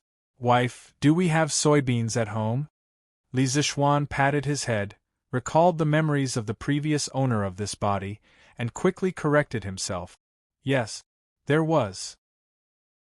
What do you want to do with soybeans and black beans? Han Yushi replied. Li Zixuan chuckled and said, Hey, wife, you'll know when the time comes. After saying that, he rushed to the kitchen excitedly and asked for a ladle of green beans and a ladle of soybeans from the cook, Auntie Zhao. He then soaked the 2 types of beans in clear water. In his previous life, Li Zixuan's grandmother often made bean sprouts, so he was quite familiar with the steps of making bean sprouts. Soaking the beans in water was only the first step. According to his grandmother's experience, the beans had to be soaked for at least 8 hours before the next step could be done. Husband, why are you soaking the beans? Could it be that you want to grind tofu? Han Yushi followed in and couldn't help but ask after seeing what Li Zixuan was doing. Li Zixuan heard and turned around. He looked at Han Yushi's chest and said with a naughty smile, Husband, I only know how to take advantage of tofu. I don't know how to make tofu. Husband, what are you talking about? Auntie Zhao is still here. Han Yushi's cheeks blushed and she said angrily. Although she didn't understand what taking advantage of tofu meant, She guessed the general meaning when she saw the naughty smile on Li Zixuan's face. She secretly thought that her husband sometimes looked like a gentleman, but sometimes he was perverted and naughty. He was really special. Auntie Zhao, who was outside the door, quickly coughed and walked away. Li Zixuan saw Han Yushi's shy face and couldn't bear to tease her anymore. He went back to the topic and said, "I soaked the beans to let them sprout. Although we have 2 greenhouses to grow vegetables, it will take at least 2 months to eat the vegetables inside. After the beans sprout, take the sprouts and stir-fry them in the pot. It can be considered a delicious dish. Before the vegetables in the greenhouses come out, this dish is a very good substitute." Han Yushi was obviously not the kind of young lady who didn't eat food and didn't know about farming. She frowned and said, "Husband, these beans have been soaked in water. I'm afraid they won't sprout. Instead, they will become smelly." Li Zixuan said with a smile, "Of course, I won't let them soak in water all the time. There are still many steps later. When tomorrow morning comes, I will take out the beans and put them in a bamboo sieve covered with wet gauze. The bamboo sieve will then be placed in a basin filled with water. The basin shouldn't be too big. It will be enough for the beans to breathe. Another wet gauze needs to be covered on top of the bamboo sieve. Finally, a slightly heavier bowl needs to be pressed on top. The weight of the bowl can make the bean sprouts thicker. After that, the beans have to be drenched 3 to 6 times every day to maintain the moisture of the beans. After the drenching, you have to continue covering them with wet gauze. By the 5th day, the bean sprouts at the corners will have grown out. Moreover, they will have root. Then they can be eaten." Han Yushi listened attentively. In the end, she asked, "Husband, how do you know so much? Have you made them yourself before?" It was mainly because Li Zixuan said it in such a serious manner that she couldn't help but wonder if Li Zixuan had made bean sprouts before. That was why he was so surprised. Li Zixuan touched his nose. Although he hadn't made them himself, he had seen his grandmother make them many times. Cough, cough. You can say that. Li Zixuan coughed dryly and said vaguely, "In short, wife, you will be able to see what these bean sprouts look like in 5 days. Moreover, you will be able to taste this delicacy." Han Yushi put her hand into the water basin and gently stroked the soybeans in the basin. She raised her head and said, "Husband, the farmstead and Yanhuang College need you. You still have a lot of things to do. Leave this matter to me. I have remembered all the steps you mentioned earlier. Since it's not a troublesome matter, I will definitely do it for you." Li Zixuan thought for a moment and nodded. "That's good. Thank you for your trouble, wife." He was very confident in his wife's ability to do things. In some matters, Han Yushi's attentiveness even made him feel inferior. The wife he married seemed simple, but in fact, she wasn't. "Husband, father already knows that you want to promote greenhouse vegetables in the farmstead. He said that since you are confident that you can cultivate vegetables in winter using this method, then use this to make our other 6 farmsteads rich in one fell swoop. However, father said that there is one thing that you might have overlooked. He asked me to remind you." Han Yushi took her hand out of the water basin and suddenly said to Li Zixuan seriously. Chapter 963. Wifey, what did father say? After listening to his wife's serious words, Li Zixuan asked aloud. Han Yushi pursed her lips and said softly, "Husband, in the afternoon, father asked me to tell you that letting the people grow vegetables in greenhouses is a good deed, but you have to consider things more thoroughly. For example, the oilcloth needed to build greenhouses. Husband, there are thousands of people in your fief. Even if only 50% of the people are willing to build greenhouses and grow vegetables, the amount of coarse cloth needed will be quite large. When the time comes, the unscrupulous cloth merchants in Chang will see a business opportunity and will definitely wait for the opportunity to raise prices. Although husband has given the people an interest-free loan of 500 copper coins per household, who knows how much the coarse cloth will cost? Maybe 500 copper coins won't even be enough to build a greenhouse. With Han Yushi's explanation and analysis, Li Zishuan's brows gradually wrinkled. Han Yushi saw this and said, "But husband, you don't have to worry. Father has already informed shopkeeper's son of our family's ready-made clothing store to prepare a supply of coarse cloth in case of an emergency. Presumably, it will alleviate the situation of the shortage of coarse cloth in Chang'an." Li Zishuan couldn't help but sigh. Father has considered everything thoroughly. I almost neglected this matter. Previously, when we lent money to the farmers, it wasn't just for them to buy greenhouses, but also for the seeds. If the price of cloth in Chang'an soars, even if the people have enough money, they may not be able to afford the seeds. Han Yushi saw that Li Zishuan's face revealed some disappointment and hurriedly comforted him. "Husband, this is your first time doing this kind of thing. How can you be so considerate? Even a wise man will make a mistake once in a while." Li Zishuan heard this and laughed. "Hee, wifey, you don't have to comfort me. I'm not that weak. Actually, with shopkeeper's son's connections, he may not be able to gather so much coarse cloth in such a short time. If we want to solve this matter quickly, we have to rely on the Chamber of Commerce. Wifey, you go ahead with your work. I'll go arrange it." Husband, go ahead with your work." Li Zishuan went to the front yard and found Wang Zhong. He asked him to send someone to invite someone over.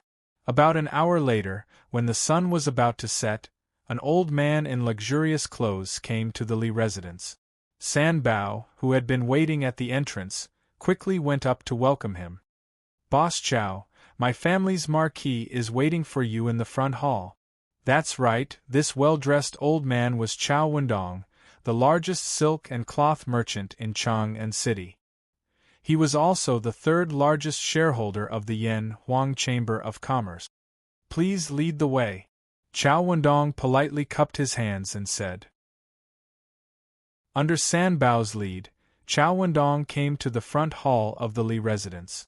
When he saw Li Zishuan sitting at the head of the table, he quickly cupped his hands and greeted, "Greetings, Marquis." Li Zishuan waved his hand and said, "No need to be so courteous." Then, without even exchanging pleasantries, he went straight to the point.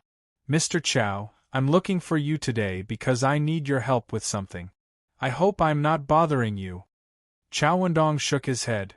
No, I don't have anything to do at home. How am I bothering you? Marquis, if you need anything, feel free to tell me." Chow Wendong was so polite that Li Zishuan felt a little embarrassed to come. Whenever he needed help with something, he would drag him out. If he didn't need help, he would put him aside. No matter how he looked at it, it was a little unkind. Actually, he was thinking too much. His thinking was still stuck in the ways of the modern world, but he forgot that he was in the ancient times. In this era of scholars, farmers, businessmen, there was a strict hierarchy. If he didn't do this, Chow Wendong would find it strange. "It's like this. Recently, the people of the Marquis Manor want to buy a large batch of coarse cloth. The amount is huge, but the people have limited money. Therefore, I intend to ask Mr. Chow to help me transport a batch of coarse cloth from other places to prevent the other cloth merchants in Chang'an City from increasing their prices." Li Zishuan asked someone to pour a cup of tea for Chow Wendong and said. Hearing this, Chow Wendong felt strange in his heart. Why did the farmers of Li Zishuan's manor need a large amount of coarse cloth? However, he didn't ask the question in his heart. After experiencing all kinds of ways of the world, he knew that there were some things that he shouldn't ask. "Marquis, how much coarse cloth do you need me to prepare?" Chow Wendong pondered for a moment and asked. Li Zishuan calculated a little in his heart and stretched out 5 fingers. 50,000 bolts. And all of them are white cloth. If they can't be sold out, I'm willing to buy them all at the market price. If each of the farmers under him was willing to build a greenhouse, he would need at least 100,000 bolts of coarse cloth. Moreover, this didn't take into account the situation like Old Hu's family who had built multiple greenhouses. The reason why he only asked Chow Wendong to prepare 50,000 bolts was mainly because he considered that not all of the 8 farms would be willing to build greenhouses. Moreover, in the existing stock market in Chang'an City, there was a considerable amount of coarse cloth in stock. If Chow Wendong prepared 50,000 bolts, it would be enough to control the price of coarse cloth in Chang'an City. Chow Wendong was secretly shocked. He didn't expect Li Zixuan to ask for so much cloth. He would be lying if he said that he wasn't curious. However, this kind of question, if Li Zixuan didn't take the initiative to ask, he wouldn't and couldn't take the initiative to ask. Marquis, don't worry. I can definitely gather 50,000 bolts of coarse cloth within a day. If I can't sell them in a short time, I don't need Marquis to buy them. I naturally have my own channels to sell them to other provinces and counties. Chow Wendong said with a confident smile. The reason why he could become the largest cloth merchant in Chang'an City was because of his extensive and high-quality supply channels. Li Zixuan's request might be a little difficult for others, but for him, it wasn't difficult at all. He only needed to move his mouth. Okay. Then I won't force you. Thank you, Boss Chow. Li Zixuan stood up and cupped his hands. Chow Wendong quickly stood up and said, You flatter me. If there's nothing else, Marquis, I'll go back and make arrangements. Li Zixuan nodded and said, Take care, Boss Chow. The next day, the cloth merchants in Chang'an City welcomed a large number of special customers. The reason why it was special was that these people only came to buy 2 bolts of coarse cloth near the New Year. However, there was still more than a month before the New Year, and these people came in group. Not only did they come, but they also bought cloth by cart. The craziness of this made many cloth merchants secretly speechless. When these people were asked why they bought so much coarse cloth, most of them were vague or gave very strange reasons. It was obvious that they were deliberately deceiving people. This strange phenomenon made the merchants very puzzled. Some cloth merchants saw a business opportunity. On one hand, they slightly raised the price. On the other hand, they urgently mobilized coarse cloth from other places. Although coarse cloth was less profitable than silk and fine silk, it couldn't be relied on the large quantity. An undercurrent of price increase was rapidly brewing. Chapter 964. Shopkeeper, do you have any more coarse cloth? Do you want white cloth?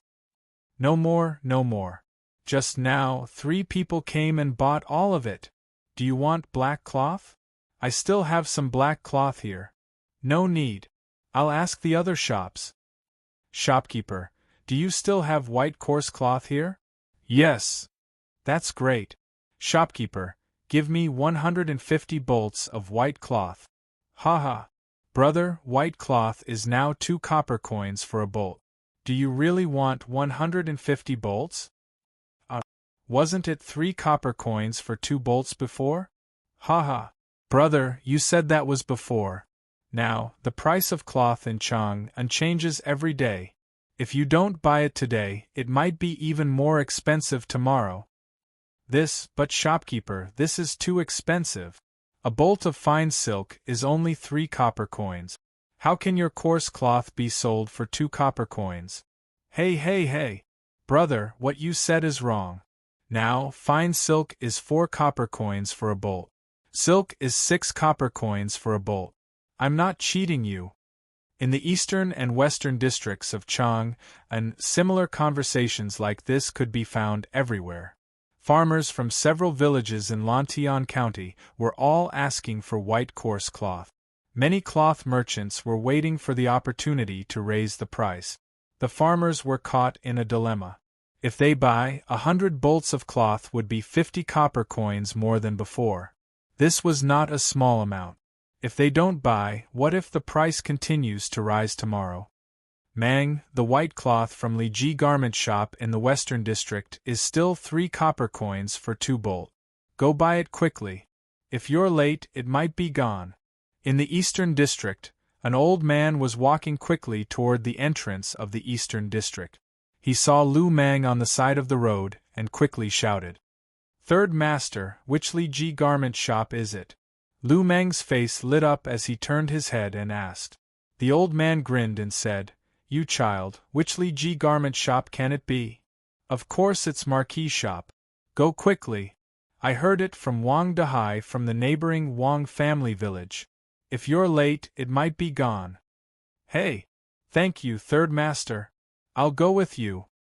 Lu Mang agreed and then left with the old man without any hesitation, leaving the cloth shop owner with an ugly face. "Shopkeeper, should we reduce the price of our cloth?"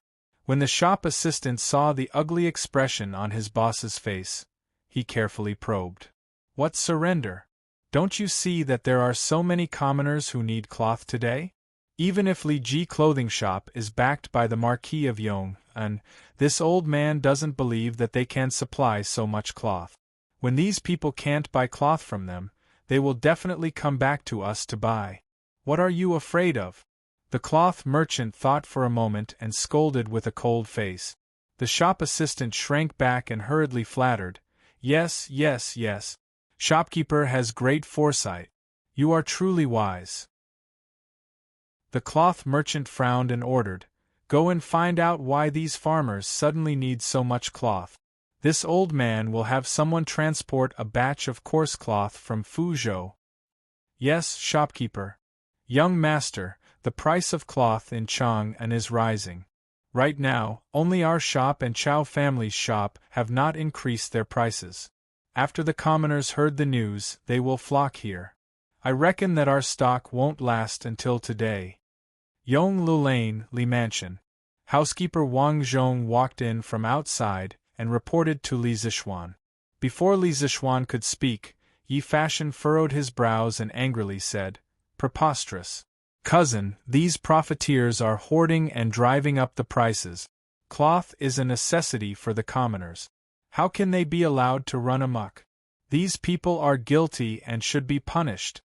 Yi Guozhong also worriedly said, "Little Xian, if this happens, the farmers in your fief will have to pay a higher price if they want to continue building greenhouses." Li Jingma frowned and didn't say anything. Yesterday, he did ask Sun Huiming of the clothing shop to prepare a batch of coarse cloth in advance. However, the time was too short and the commoners' demand was too large. Even if they prepared in advance, it would be difficult to supply all of it. Li Zixuan smiled confidently and said, "It's not the end yet. The outcome hasn't been decided yet. Those cloth merchants who see an opportunity to increase their prices will soon suffer the consequences of their own actions." After that, he looked at Yi Fashion and said, "Fashion, the world is full of people. Everyone is here for profit. I am not surprised that the cloth merchants have such a reaction. When the higher-ups encounter such a situation, they must not use brute force. They must use profit to balance the situation. Only then will they be able to make those people pay the price and accept it wholeheartedly." Yi Fashion's eyes lit up and asked, "Cousin, do you have another trick up your sleeve?" Li Zixuan smiled slightly. He didn't deny or admit it. "Ha ha. Little Xian, it seems that you are prepared. Then I won't worry for nothing. I heard that Fashion recently met a Taoist priest from the Taisher Bureau. He is quite skilled in Taoism. I will go and meet him later." Yi Guozhong stood up and laughed when he saw this. The price increase of the coarse cloth in Chang'an city had awakened the villagers, who were still hesitating about whether or not to take the risk of building greenhouses. In this situation, if they continued to hesitate and missed the opportunity, there would be no medicine for regret. Therefore, the number of villagers who went to the Han family village to borrow money suddenly increased. The number of villagers who went to the Han family village to borrow money suddenly increased from 200 to 600. The queue stretched from the Han family village's courtyard to the entrance of the village. With so many people flocking to the village, the Han family village suddenly became very crowded. Of course, when they saw the new houses that the Han Manor's commoners lived in, the new clothes that the Han Manor's children wore, and the extravagant village school, the commoners from other villages who came to borrow money were all the more determined to follow Li Zixuan and grow vegetables in greenhouses. Only by following Li Zixuan would they have the chance to live as blissful a life as the Han Manor's residents. Faced with so many villagers who came to borrow money, Han Lijing suddenly felt that Alexandria was too big. He knew that he could not solve this problem alone. Moreover, there was no one in the village who knew how to keep account. He could only ask for help from Yanhuang College. Fortunately, Mr. Li Gang was very open-minded. He also agreed with Li Zixuan's teaching philosophy of combining knowledge and practice. Therefore, when he heard that Han Lijing had sent people to the college to ask for help, he immediately informed the head of the mathematics department, Su Hongji, to send 10 students with excellent results to the Han family village to help. Su Hongji had recently heard that Li Zixuan wanted to encourage the villagers to grow dapeng vegetables. This kind of good deed that would benefit the people, he naturally raised both hands in approval. Thus, the top 10 students in the entrance exam were sent to the Han village. Han Lijing immediately heaved a sigh of relief. The burden on his body suddenly became lighter.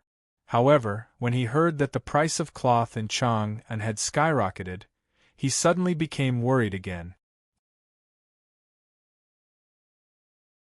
Chapter 965. Your Majesty, the price of cloth in Chang'an has suddenly changed today.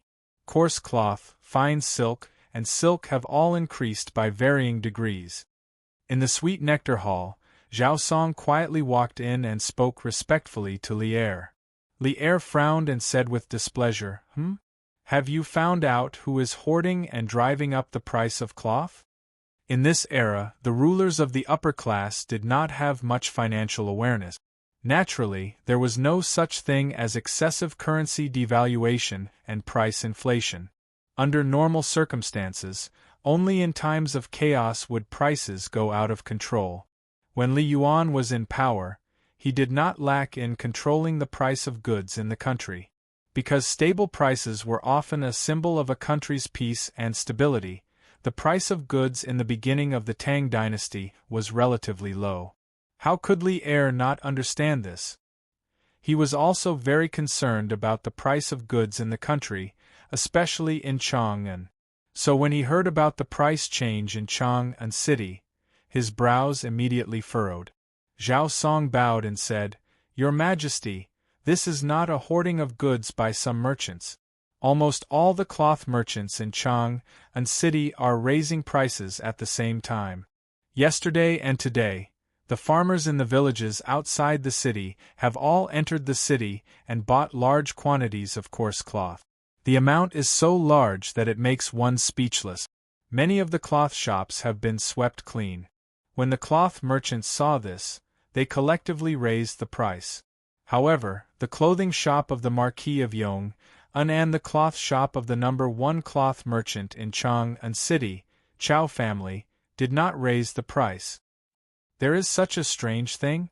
Why would the people buy cloth in large quantities? Li Zixuan, Chow family? Li Er was puzzled. He stood up and paced back and forth with his hands behind his back. Suddenly, he said, Li Zixuan and the Chow family formed a Yanhuang Chamber of Commerce a few months ago, right? Zhao Song lowered his head and replied, Yes, Your Majesty. Li Er seemed to understand and muttered, So, the reason why the Chow family did not raise the price of cloth should be because they were instructed by Li Zixuan? What is this kid doing? Why do I feel like he predicted that the price of cloth in Chang'an city would soar? This matter must have something to do with him. Zhao Song's eyelids twitched. Then, like an old monk in meditation, he remained silent. After a long while Li Er ordered, Investigate why these farmers suddenly bought so much cloth. At the same time, order Lu Dui, the Chancellor of the Supreme Court, to investigate the peddlers in Chang'an city who have been maliciously raising the price of cloth. This old servant obeys. Zhao Song cupped his fists and left. There was no shortage of well-informed people in Chang'an, especially for the bigwigs in the imperial court. There were few secrets in Chang'an that they did not know. Today, when the price of cloth in the city skyrocketed, they all received the news one after another. Some even knew that the bulk buyers came from Lantian County, Li Zishuan's fief. Combined with the fact that only Li Zishuan's and Chao Wendong's shops in Chang'an City did not raise the price of the cloth, the answer behind the incident was obvious. However, the truth of the matter was really puzzling. What was Li Zishuan trying to do? Why did he instigate the farmers to buy cloth in large quantities? What would be the use of the cloth he had bought? The bigwigs in the imperial court could not figure it out. It was not their fault that they were not well informed. It was just that the farmers were unusually tight-lipped. The cloth merchants had asked, the servants sent by the courtiers had asked, and the farmers of other farms had asked as well. However, they could not get anything out of them. Li Zishuan's seemingly simple decision had affected the nerves of many people. The main reason was that Li Zishuan's performance in Chang'an City over the past 6 months had been too outstanding. Now, any news about him would attract a lot of attention. Xiao Xian, I heard that the farmers of your farm are all buying cloth everywhere. Are you up to something mysterious recently? When it was close to evening, Qing Yaojin came to Li Zishuan's residence to find him. This old fellow did not beat around the bush. After taking a seat in the main hall of the Li residence, he asked directly. Li Zishuan's brows furrowed almost imperceptibly. He already knew that the farmers had collectively kept the matter of the greenhouse vegetables a secret. Regarding the farmers' thoughts, he naturally understood. Moreover, he also hoped that his family's farmers would be among the first to enjoy the benefits of the greenhouse vegetables. However, the relationship between the Li family and the Qing family was not shallow. It could be said that the benefits that the Qing family's farmstead enjoyed were basically implemented by Qing Yaojin, imitating Li Zishuan's policies towards the farmers. Now that Qing Yaojin had personally come to ask about the sudden purchase of cloth, Li Zishuan was somewhat embarrassed. Should he say it or not? For himself, it did not matter whether he said it or not. However, for the farmers of his family, it was different. The market in Chang'an City was not small, but it was not big either. If more people were to share the market, Li Zishuan's farmers would naturally receive less profit.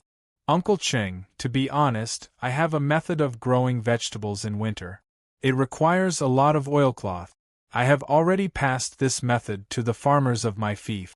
That's why they have been wantonly buying cloth in Chang'an City these 2 days. After weighing the pros and cons for a moment, Li Zishuan decided to tell the truth. He believed that Qing Yaojin knew his limits. At the very least, he would give the farmers some methods to make money. How could there be enough money in this world? Even if the farmers of the Qing family's fief started to build greenhouses, Li Zishuan felt that his own family's profits would definitely not be low. What? You can grow vegetables in winter? Xiao Xian, did I hear wrongly? Qing Yaojin's first reaction was shock. His eyes were as big as copper bells and his face was filled with disbelief. Li Zishuan nodded and said, Yes, Uncle Qing, you didn't hear wrongly. Let me bring you to see something. Qing Yaojin did not understand, but he still followed Li Zishuan to the west courtyard.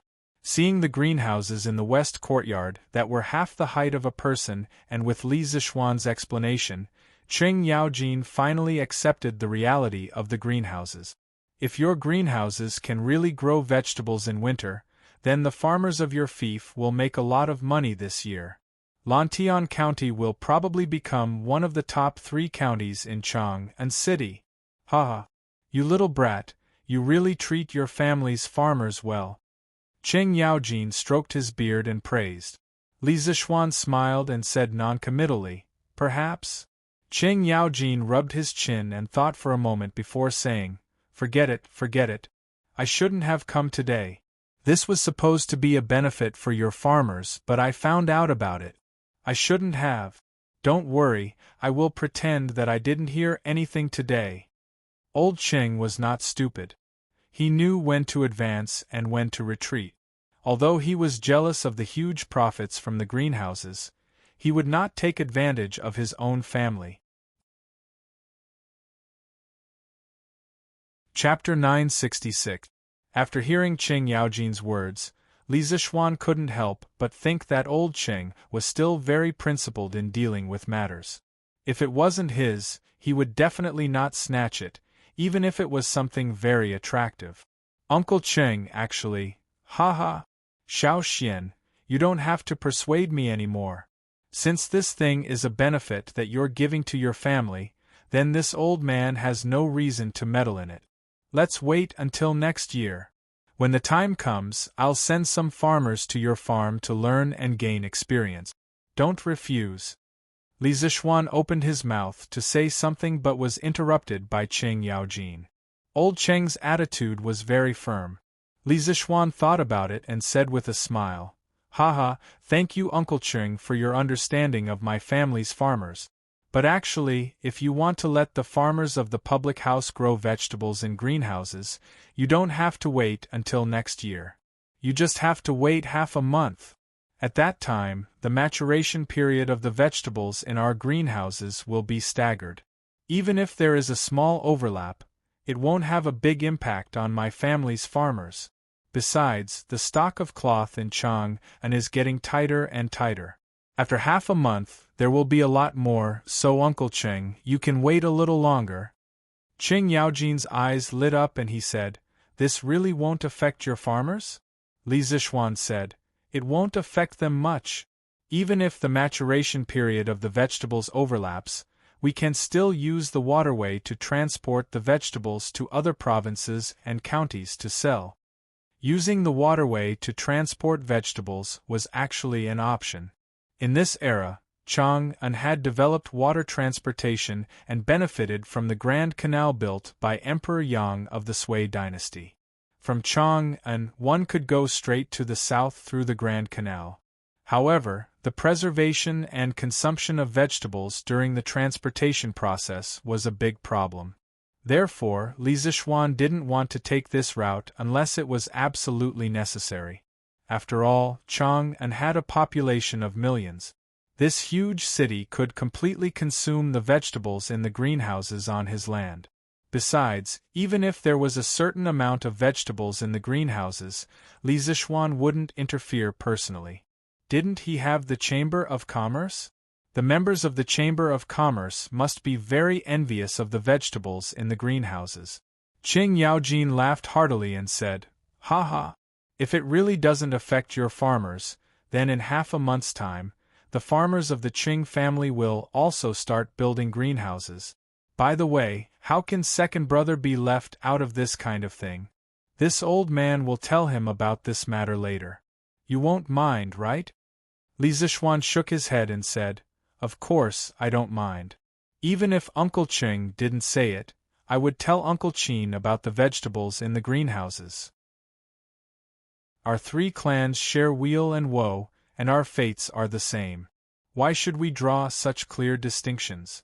In fact, if Qing Yaojin didn't come today, Li Zixuan planned to go to the Qin family tomorrow and ask Qin Qiong if he wanted to import the vegetables in the greenhouses. Qin Qiong was his wife's adoptive father. Usually, he treated Li Zixuan as his own son. Whenever Li Zixuan was in trouble, Qin Qiong would be the first to stand up for him. Moreover, he would always agree to Li Zixuan's requests unconditionally. For example, during the military training at the academy, Qin Qiong didn't hesitate to accept Li Zixuan's invitation and come to the academy to be a military training instructor for a month. Therefore, whenever there was something good, Li Zixuan would definitely think of giving Qin Qiong a share. As for Qing Yaojin, of course, he treated Li Zixuan very well. Old Qing was loyal and valued friendship. Many times when Li Zixuan was attacked, his behavior would be more violent and direct. Li Zixuan respected this old man very much. Otherwise, he wouldn't have told Qing Yaojin about the vegetables in the greenhouses today. Qing Yaojin looked deeply at Li Zixuan and said seriously, "Good. You are loyal and loyal. Cho Ox didn't misjudge you, and I didn't misjudge you either. But Xiao Xian, don't worry. Second brother Qin and I will never tell outsiders about the vegetables in the greenhouses. I will also tell the farmers in the village to keep it a secret. This winter, the vegetables in Chang and city will depend on us three families. Haha. Now we don't have to ask Her Majesty for vegetables." The next day. Cheer up. There will be a lot of people coming to buy cloth today. Be more diligent. Early in the morning, the owners of the eastern and western cloth shops lectured their workers at the same time. Their faces were full of confidence. Yes. Boss, don't worry. Boss, how can you be so sure that there will be a lot of people coming to buy cloth today? One of the workers couldn't help but ask. The boss smiled proudly. His face was full of a strategist's expression. He said, I received news that the cloth from Li Jiqing clothing shop and Chao family cloth shop were sold out yesterday. Since no one is disrupting today, the people can only come back to sell our cloth that has increased in price. Hey! I have already mobilized 5,000 bolts of white cloth from Fuzhou yesterday. They should be here soon. Ah! Shopkeeper, you're wise. The workers immediately flattered him. The boss smiled and said, Listen carefully. Today, the coarse cloth in our shop will be sold for 3 copper coins a bolt. Fine silk will be sold for 5 copper coins a bolt, and silk will be sold for 10 copper coins a bolt. Don't sell it for less than 1 copper coin. 3 copper coins a bolt.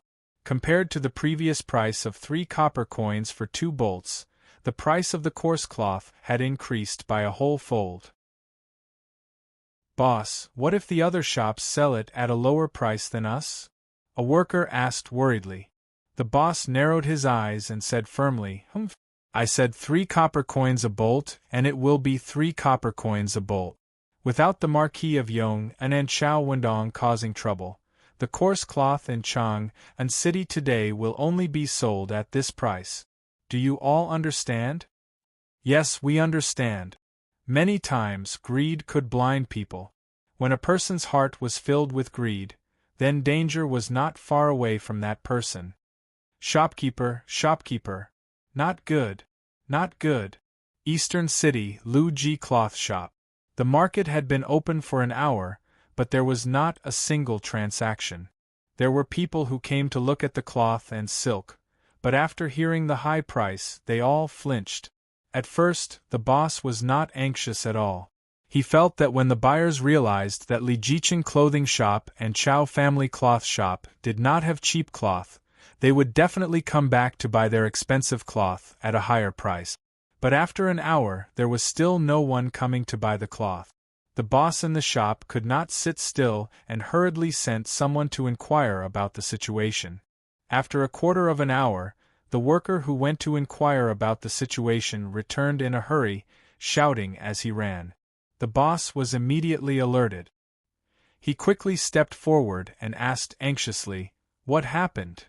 Huff. Boss, not good. Chao family cloth shop shipped a large batch of coarse cloth from somewhere today. Now their shop's entrance is filled with cloth. There are at least tens of thousands of bolts. The commoners have all gone there to buy cloth. Chapter 967. What? Tens of thousands? Why do they have so many pieces of cloth? The shopkeeper's expression changed when he heard that.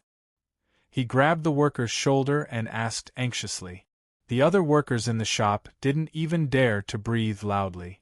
They prayed that the shopkeeper wouldn't vent his anger on them when he got angry. The worker who was grabbed by the shopkeeper felt a sharp pain in his shoulder, but he couldn't care less. He quickly said, Shopkeeper, I don't know. I heard that old Master Chow had people place coarse cloth outside the shop early this morning. It was piled up like a mountain. I don't know how many pieces of cloth there are, but it seems that there are at least tens of thousands of pieces. I'm afraid there are almost 100,000 pieces? This was Chow Wendong's strength. He directly piled up some of the pieces of cloth in his hands, giving a strong visual impact. He took out more than 20,000 pieces of cloth, but achieved the effect of 100,000 pieces of cloth. It made people unsure how many cards he had in his hands. There was a lot of psychological warfare in this. The reason why he did this was mainly because Chow Wendong knew that the 50,000 pieces of cloth in his hands couldn't satisfy the appetite of the people in Li Zixuan's farmstead. If he wanted to complete the task given by Li Zixuan, he had to use some tricks. The method he used was exactly what Li Zixuan wanted to see. Why was Li Zixuan so sure that Chow Wendong only needed 50,000 pieces of cloth to stabilize the price of cloth in Chang'an? This involved the concept of the banker controlling the market. Take stocks for example. The banker usually collected chips in the low-priced areas to achieve the initial goal of controlling the market. Then, he took the opportunity to raise the share price. After that, he would make a profit and leave behind a pile of chicken feathers. If the banker wanted to control the market, he had to have at least 20% of the circulating shares in his hands. In other words, for a company with a market value of 10 billion, the banker only needed 2 billion chips to achieve the goal of controlling the market. This was also the quality that an outstanding trader must have. Now, the shortage of coarse cloth in Chang'an was about 100,000 pieces of cloth. Chow Wendong had 50,000 chips in his hands, which was about 50%. Under such circumstances, if he still couldn't control the price of cloth in Chang'an, Li Zixuan felt that he might as well kill himself with a piece of tofu. Almost 100,000 pieces. After the shopkeeper heard this, he immediately sucked in a breath of cold air. What kind of concept was 100,000 horses? Chang'an City's monthly consumption of cloth was estimated to be around 100,000 bolts, right? How the F***ck are we supposed to play? You can't bully me like this. At this moment, the shopkeeper felt like crying. Shopkeeper, the 5,000 bolts of coarse cloth you transferred from Fuzhou yesterday have arrived. They're in the backyard. Would you like to take a look? At this moment, a servant in green ran into the shop and cupped his hands. The shopkeeper's face was so gloomy that water was about to drip out. He panted heavily and roared, "Get lost!" The servant in green was so scared that he trembled and fled. Who knew that after a short while, he returned. Shopkeeper, no good. There's a team of officers from the Supreme Court at the Wang family's cloth store across the street. Shopkeeper Wang has already been arrested. What? The shopkeeper of Lu Ji cloth shop's old face turned pale. In the end, he couldn't resist the great fear in his heart. His eyes rolled back and he fainted. Quick! All reduce the price of the cloth. Before he fainted, he said weakly. The Supreme Court's minister, Lu Dui, personally led the troops to the eastern and western cities. This was the last straw that crushed all the cloth merchants in Chang'an City. In order to avoid trouble, the cloth merchants scrambled to reduce their prices. They were afraid that if they were too slow, they would be imprisoned. In fact, when the Chow family's cloth store released tens of thousands of bolts of coarse cloth, many cloth merchants saw the opportunity to reduce their prices. As for the other cloth merchants who wanted to resist to the end, the sudden appearance of the officers from the Supreme Court extinguished their last hope. Thus, just as the price of cloth in Chang'an City showed signs of increasing, it was quickly pinched down. Your Majesty, after a secret investigation, I've arrested a total of 15 cloth merchants who collectively raised the price of cloth in an attempt to make huge profits. These people saw that there were many merchants in Chang'an City who wanted to buy large amounts of cloth in the past 2 days, so they saw the opportunity to raise the price.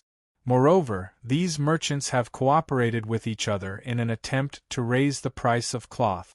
Just today, the price of coarse cloth has been raised by these people to twice the previous price. In the afternoon, Ganlu Hall. The Supreme Court's minister, Lu Dui, walked into the hall and reported to Li Er. Lu Dui fought under Peirenji at the end of the Sui dynasty. Later, he joined Li Mi and returned to Tang with Li Mi. He was conferred the title of Left Marquis General and was conferred the title of County Duke Ting. In the first year of Zhenguan, he was conferred the title of Supreme Court's Minister. Bam!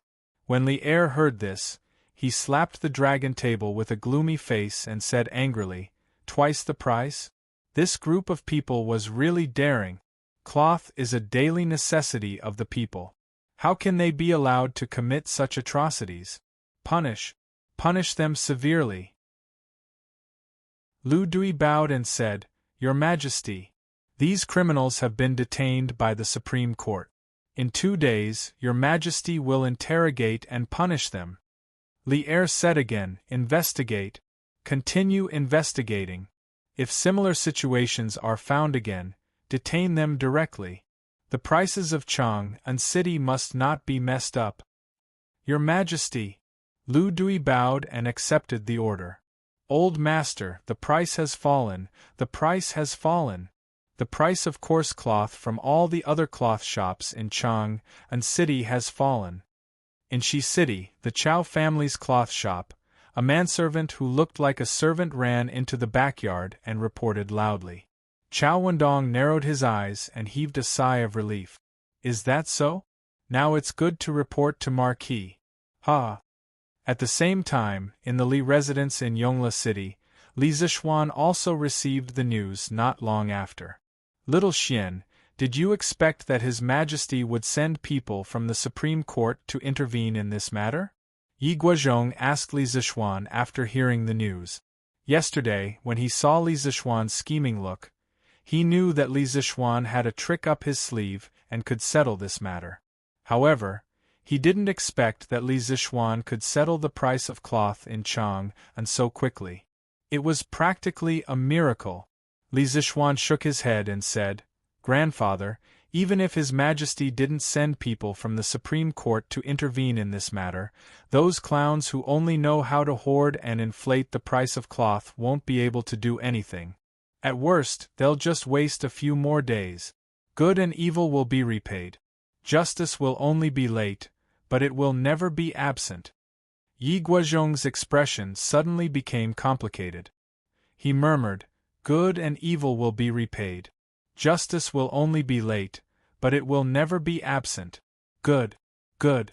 Your master's spirit in heaven must be gratified to have a disciple like you." Chapter 968. Under Li Zishuan's and Chow Wendong's ingenious plan and Li Er's suppression, the price of cloth in Chang and city quickly returned to the previous price. Some shops' prices were even lower than before. As for the shopkeepers of these shops, it was unknown whether they had a guilty conscience or had found their conscience. After the incident, the Supreme Court arrested more than 20 cloth merchants who had jointly manipulated the price of cloth. These people were not wronged at all, because just the night before, they had made an appointment with each other and finalized the price of cloth for the next day at the same time, using this opportunity to make huge profits. Hoarding and price gouging were things that no one would care about in modern times. However, in ancient times, especially in times of peace and prosperity, the imperial court strictly controlled such things. Marquis, young Master Yen sent someone to report that the cement road from Yunshan to the official road has been completed. He dismissed the construction team yesterday. A few days later, Pang Feiji came to Li Zishuan's residence in Chang and in the morning and told him this news. Half of the construction team from the college had been dismissed, and the other half was busy repairing the cement road. Yan Xiaoning was still the leader of the construction team. However, as the leader, besides supervising the construction, he was often caught by Mo Lingwei to be a strong man. Li Zishuan, who was inspecting the greenhouse in the courtyard, was stunned when he heard this. Then, he was overjoyed and said, "Oh, it's been completed so quickly? Ask Sanbao to prepare a horse. I want to see it." The cement road in Yunshan was a road that Li Zixuan had spent a lot of money to build for the Han family village and Mei village. A total of more than 100,000 strings of coins were spent, and the construction team had reached more than 6,000 people. The total length of the road was more than 30 miles. It took nearly 2 months and a huge amount of manpower, material, and financial resources to finally be completed. Perhaps many people would feel that it was not worth it, but Li Zixuan did not think so. In his vision, Yanwang College would definitely become the top engineering school in the Tang Empire in the future, and it would also have a strong research ability.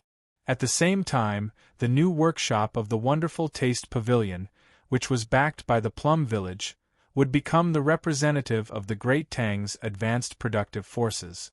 The two of them combined to form a complete closed-loop system of production, learning, and research. Cloud Mountain would gradually develop into the industrial center of the Great Tang. As the industrial center of Great Tang, how could it not have a flat and wide cement road to increase the efficiency of transportation? Riding on Big White, Li Zixuan led Pang Feiji on a mad dash. In the time it took for half an incense to burn, they had already arrived at the intersection of the cement road in Yun Mountain and the official road outside Chang'an City. Looking at the wide and flat cement road in front of him, Li Zixuan was in a trance. For a moment, he felt as if he had traveled back in time to the modern society full of reinforced concrete. Although the more developed the industry, the more serious the pollution would be, the industry could create a large number of high-tech products with added value. Even though Li Zixuan was doing very well in the Great Tang, had power, influence, and a beautiful wife, there were still times when he missed modern society. He missed his former family, and he missed modern mobile phones, computers, and other electronic devices. Without experiencing the days without mobile phones and computers, one would never understand how important these things were. This was also the reason why Li Zixuan had been working so hard ever since he had traveled back in time. If he did not work hard, he would be bored to death. Marquis? Seeing Li Zixuan in a daze while staring at the cement road, Pang Feiji was confused. He waited for a long while, and seeing that Li Zixuan still did not move, he called out. Li Zixuan, whose thoughts were in a mess, heard the call and came back to his senses. He stroked the mane on Big White's neck and said to Pang Feiji, "Let's go. Let's experience this cement road and see how long it will take to reach Cloud Mountain." Hiya! This was the first cement road in Great Tang, but it would definitely not be the last. Li Zixuan thought to himself. "Yes, Marquis." "Hiya!" Pang Feiji responded and hurriedly urged his horse to chase after Li Zixuan's back. The two of them, one in front and one behind, planned to race on this road. Oh no, it should be a horse race. Da-da-da-da. On the quiet cement road in the mountains, only the da-da sound of horse hooves could be heard, and the sound was very hurried. The horses galloped on the wide and flat cement road to their heart's content. Due to the high speed, their hair and clothes were pulled straight by the wind. The carefree feeling brought about by galloping at such high speed made them feel heroic. However, their wish to ride the horses back to Cloud Mountain did not come true, because there were many naughty children playing with scooters on the road. Hee! Come and chase after me. Whoever is in last place will be everyone's horse in a while. Wah! Lil Rong, why did you bump into me? Lil Rong, you cheated. Shh! After turning 2 hills, Li Zixuan saw more than 10 naughty children suddenly appear a few hundred feet ahead. They were chasing each other on scooters on the road. He hurriedly pulled the reins and ordered Big White to slow down. Pang Feiji, who was behind, saw this and hurriedly followed suit. Fortunately, they reacted quickly. When they were still a few feet away from the last naughty child, the two of them finally slowed down. Da-da-da! Due to the large number of naughty children, in order to avoid bumping into people, Da-Bai exhaled 2 breaths of white air. Under Li Zixuan's control, his 4 hooves began to stroll leisurely on the road.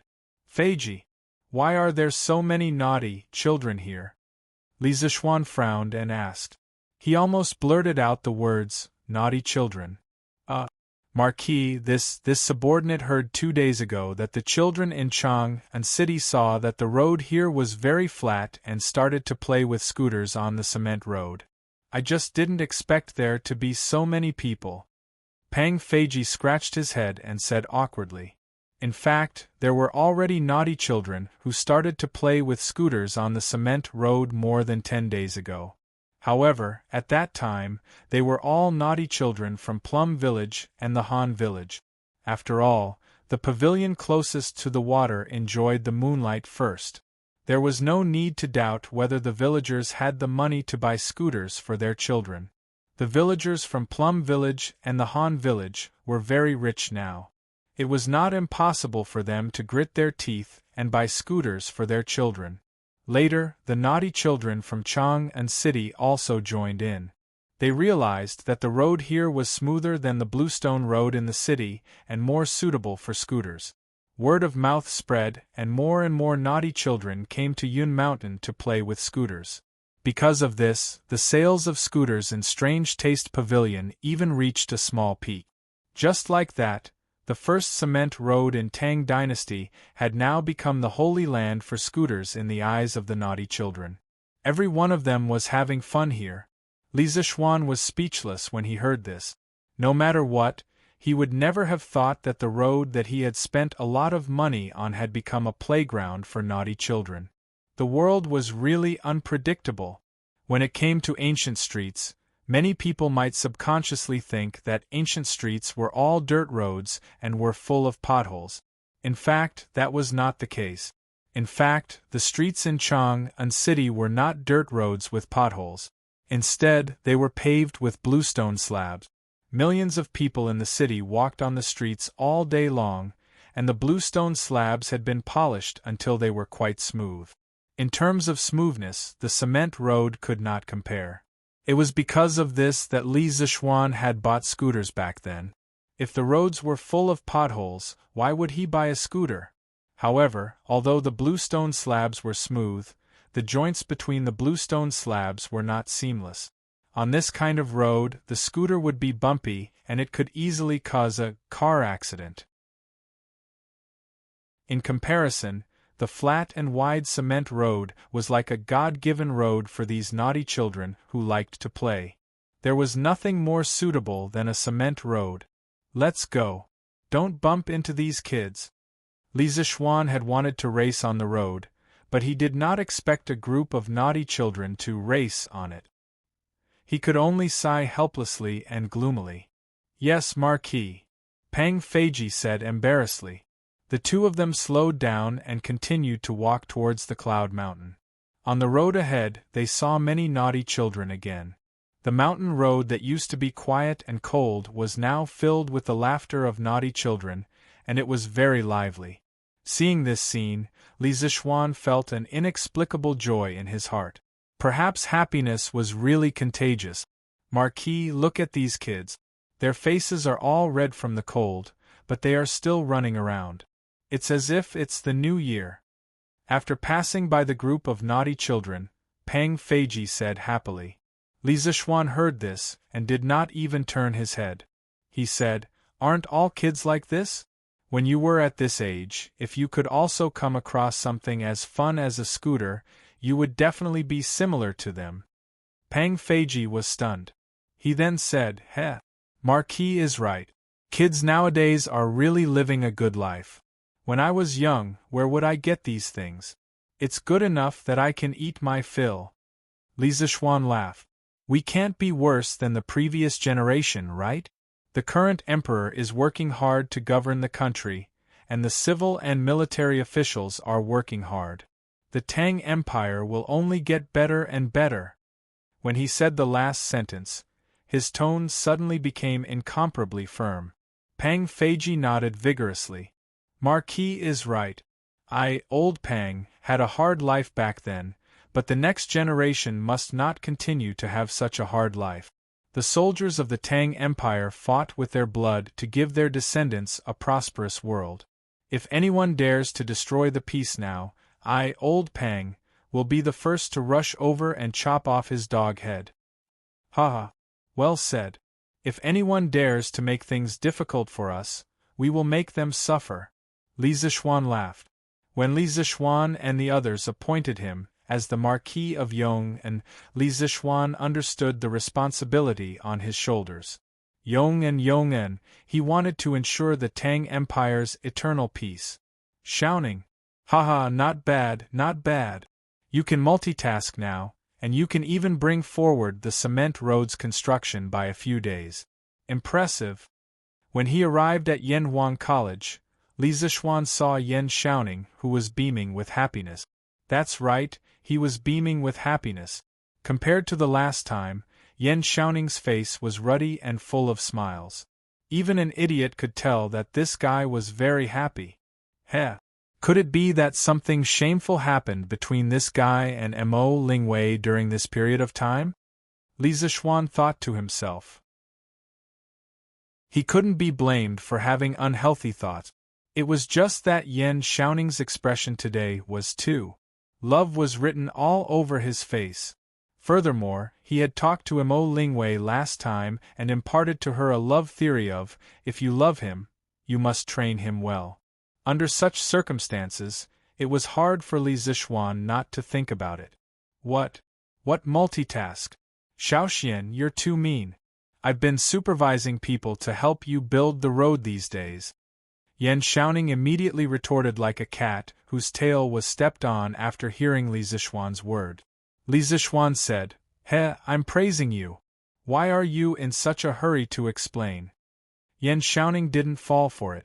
He rolled his eyes and said, Xiaoxian, don't try to trick me. How can I not know that?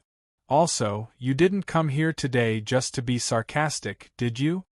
Li Zishuan restrained his smile and said in all seriousness, I came here today especially to thank you, Xiaoning. You've contributed a lot to Yanhuang College and the cement road from Yunshan to Chang'an. How about it? Are you interested in working at the college? In the end, Li Zishuan changed the topic and revealed his true thoughts. If it was half a month ago, Yan Xiaoning, who had been ravaged by Mo Lingwei, would definitely refuse without hesitation. But now, Xiaoxian, it's not about whether I'm willing or not. It's just that I don't know much about your engineering and Confucianism. How can I work at Yanhuang College? Yan Xiaoning rolled his eyes and coughed dryly.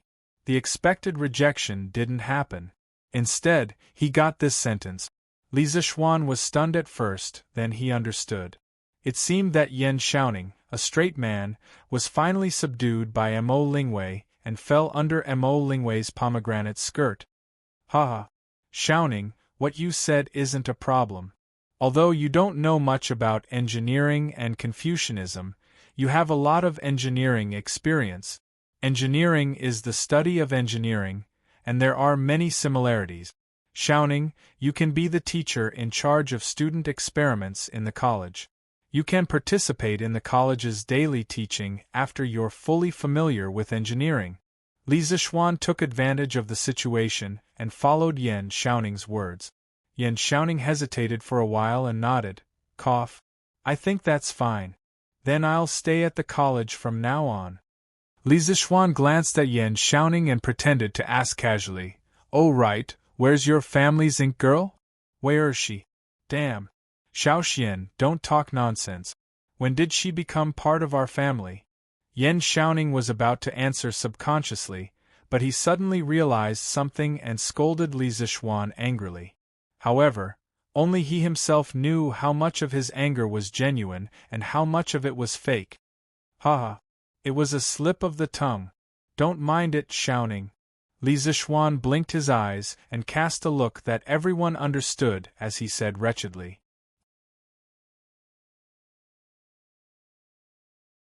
Chapter 969.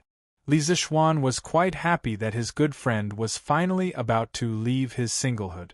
However, he did not know how far the two of them had progressed. What if they got pregnant before marriage and got married? That would be awkward. If that really happened, Old Man Mo would probably raise his sword and chop this brat up, right? Although the Tang dynasty was liberal, it definitely wouldn't be to the point where chastity wasn't important. Wei Er went to the workshop. Yan Xiaoning replied gloomily. Suddenly, he seemed to have thought of something and said, "Oh, right, Xiao Xian. Faubert told me yesterday that the thing you asked him to make last time has been completed.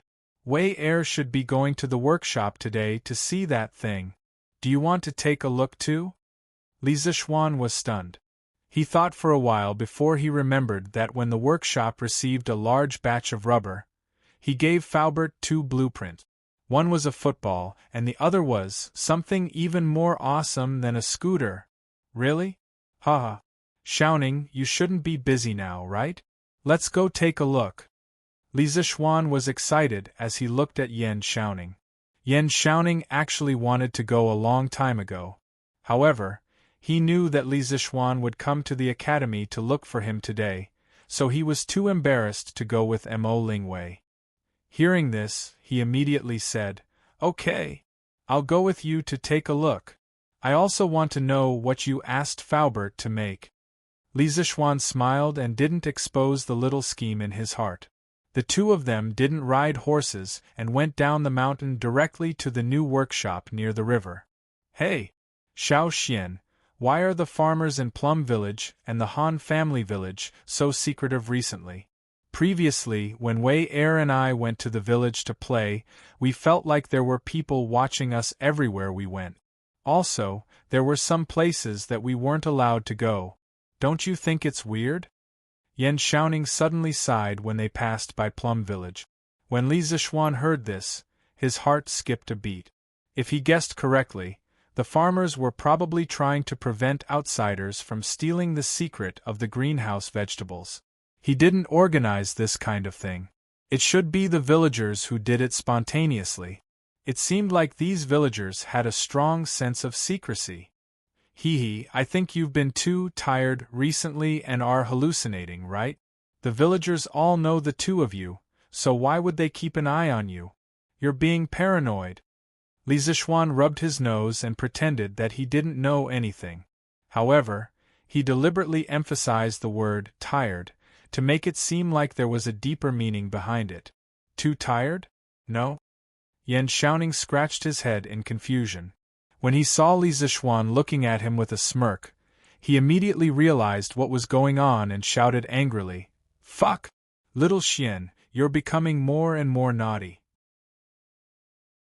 You even dare to make such a joke. If we're talking about fatigue, shouldn't you be the one who's tired? Look at the dark circles under your eyes. You're the one who's tired." Li Zixuan glanced at him and said, "Heh? I'm tired? I'm legitimately tired. I say, when you're with Ink Girl, you have to pay attention to safety measures. Don't give birth to a little Ning." Yan Xiaoning opened his mouth and his eyes were filled with fire. He wanted to punch Li Zixuan's shoulder. "Fuck! There's nothing between me and Wei Er. Don't you dare taint our innocence." With a flash, Li Zixuan easily dodged Yan Xiaoning's punch and then said, "Haha. Just kidding. Brother, I'm just reminding you out of kindness." He was really reminding him out of kindness. When young boys and girls in puberty were together for a long time, it was hard to guarantee that nothing wonderful would happen. The two of them chatted and laughed along the way. Soon, they arrived at the workshop of the Strange Interest Pavilion. This new workshop was built with high standards. It integrated production, office, and research. In the future, as the scale of the workshop grew larger and larger, there would be more and more product. Li Zixuan planned to set up the headquarters of the Yan Huang Chamber of Commerce here as well. It would be more convenient for the distribution of resources and the exchange of information. Just as they reached the entrance of the workshop, Li Zixuan and Yan Xiaoning heard a scream filled with terror. Then, they saw a young girl standing on a two-wheeled metal frame and rushing towards them unsteadily. Behind her was a panting Faubert. Get out of the way! Get out of the way! I can't control this car." That young girl was Mo Lingwei. When she saw Li Zixuan and Yan Xiaoning suddenly appear at the entrance of the courtyard, she hurriedly screamed. Yan Xiaoning was instantly dumbfounded. Firstly, he was dumbfounded by the two-wheeled car that Mo Lingwei was sitting on. Secondly, he was dumbfounded by the fact that Mo Lingwei was mysteriously in a dangerous situation. He stood there in a daze and even forgot to move his feet. In the blink of an eye, seeing that Mo Lingwei and the car were about to crash into Yan Xiaoning, Li Zixuan gently pushed Yan Xiaoning 2 steps to the right with his right hand. Then, he used his left hand to precisely press on the center of the handlebar.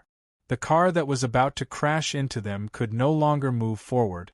The car stabilized, but the person on the car lost her balance at this time. Save!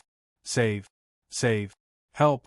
Mo Lingwei screamed and was about to fall to the ground in front of her right.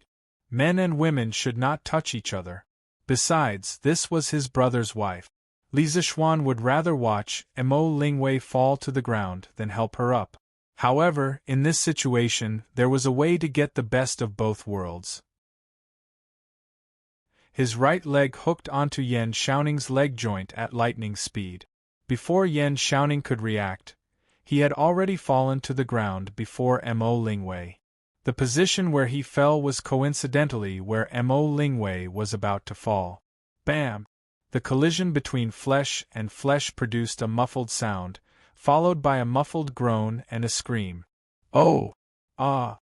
The muffled groan was naturally made by Yan Xiaoning, while the scream was made by Mo Lingwei. This girl thought that she would be disfigured if she fell face first, so she kept screaming. Little did she know that she had already landed safely. Ugh! Cough, cough, cough. Wei I'm the one who's injured.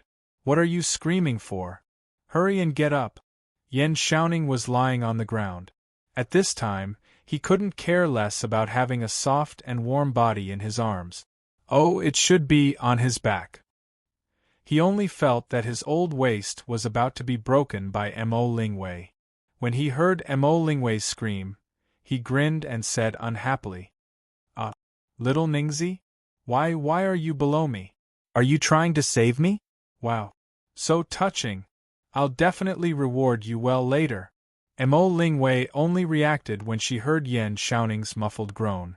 She pressed her hands on Yan Xiaoning's old waist, propped herself up, and said, Ouch! Ouch, ouch, ouch! Chapter 970. Yan Xiaoning's waist was already severely injured, and with Mo Lingwei's push, it could be said to be one disaster after another. He felt like his waist was about to fall apart. Actually, he wanted to say that he didn't mean to save her, but Mo Lingwei's second half of the sentence made him shut his mouth and dispel the thought of telling the truth. Oh. Little Ning, how are you? Are you okay? I didn't mean to push you there. Mo Lingwei hurriedly stood up, tidied her clothes, and said apologetically, Cough, cough. Yan Xiaoning struggled to get up from the ground. He first looked back at Li Zixuan bitterly, then forced a smile at Mo Lingwei. It's nothing. Wei what's this? At this moment, he noticed the two-wheeled bicycle that Li Zixuan stopped, and couldn't help but feel strange. Mo Lingwei heard Yan Xiaoning mention the bicycle that she was playing with, and immediately became excited. Little Ning, this is the two-wheeled bicycle that Faubert just made. He said that this thing can be pedaled. I've been practicing this before, but I didn't expect the two-wheeled bicycle to suddenly lose control and almost hit you guys. Luckily, Yamacho helped me stop it. After saying that, she patted her chest with a face full of fear. Yan Xiaoning's face turned red, and he hurriedly turned his head. This is called a bicycle. Li Zixuan laughed. That's right, the second blueprint that he gave to Faubert was a bicycle. At that time, Faubert looked at the blueprint and thought that the structure of this thing was quite simple, so he thought that he would be able to give it to Li Zixuan in 10 days. Who knew that when he actually built it, he realized that this bicycle wasn't as simple as he thought. A bicycle can be simplified into a body, handlebars, pedals, chains, seats, wheels, and brake. These basic parts were first invented in 1885 by the Englishman John Staley. Under his improvements, the bicycle had the basic form of a modern bicycle, a triangular frame, pedals in the middle, chain-driven, and brakes. But 1885, according to the classification of middle school textbooks, was already modern. At that time, the United Kingdom had already established a relatively complete industrial system, and the smelting technology of steel was also mature. It was not difficult to make bicycles. But this was the Tang Dynasty. The Tang Dynasty had an underdeveloped industrial system. It would be quite difficult to make one or two bicycles. First, it was the frame. Modern bicycle frames were usually made of steel or aluminum alloy. Carbon fiber. Cough, cough, cough. It would be a bit of a bully to ask the ancients for this. However, if there were not too many requirements for the strength of the frame, bamboo or wood would be fine. It was just that they had to pay attention to fire and prevent insects from eating them.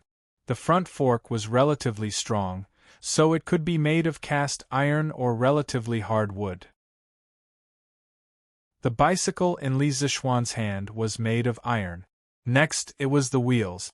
If Li Zixuan had not transmigrated, it would be impossible for him to make rubber tires in the Tang Dynasty. This was because China had only planted rubber trees for about 100 years.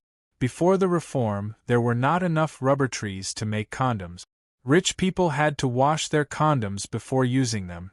That was why the wheels could only be made of wood. But it was different now. Under Li Zixuan's push, rubber was introduced to China more than 1,000 years earlier. At this time, it was not a problem for factories to make rubber tires. Not only did Uncle Fu make the rubber tires, but he also made the pump according to Li Zixuan's drawings. It could be said that he had a complete set of tools. The first two parts were not difficult to make, but the next part was the transmission of the bicycle, the chain. The chain was made up of an outer plate, an inner plate, a shaft, and a roller. From the perspective of modern people, it was not difficult at all. It was also very simple to make. Stainless steel or carbon steel. A machine would punch out a pile of steel plates and fasten them together. But in the Tang Dynasty, steel could only be forged and processed. To hammer out hundreds of identical small steel plates would force the blacksmith's entire family to hang themselves. It was possible to use cast iron because the molten iron was poured into the mold. The shape and size would be similar, but the strength of cast iron. Let's put it this way. If an iron pot in your house broke into 8 pieces, it would be cast iron. As the transmission of the bicycle, the chain had to withstand a considerable amount of tension. The strength of cast iron was obviously not enough. Also, cast iron chains had another disadvantage. Once it touched water, it would rust to death. That was why Faubert had been worried about this for a long time. Later, he could not think of a better alternative, so he went to find Li Zixuan and explained the situation. Li Zixuan then realized that a simple chain in modern society would be so troublesome to make in ancient times. In fact, this problem was not unsolvable. A hydraulic stamping machine would be enough. However, the hydraulic punch machine required strong water power. The flow of the Ba River was relatively gentle. If he wanted to get strong water power, he needed a large water level difference. Then, he needed to build a dam to store water. The project was too big. He could do it in the future, but now it was winter. In winter, the river might freeze. Even if he did it, it would be useless. At the beginning of October, he had planned to build a generator, but after the cholera and the telescope incident, he felt that it was too late.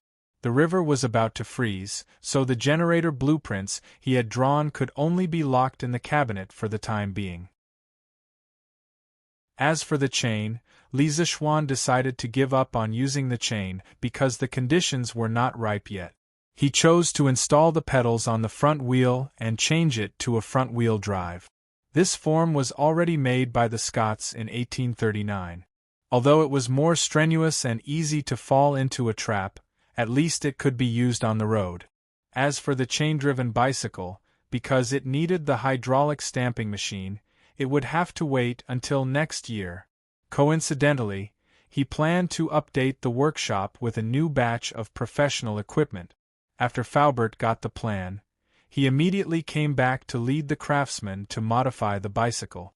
After more than half a month, this kind of front-wheel drive bicycle was finally made.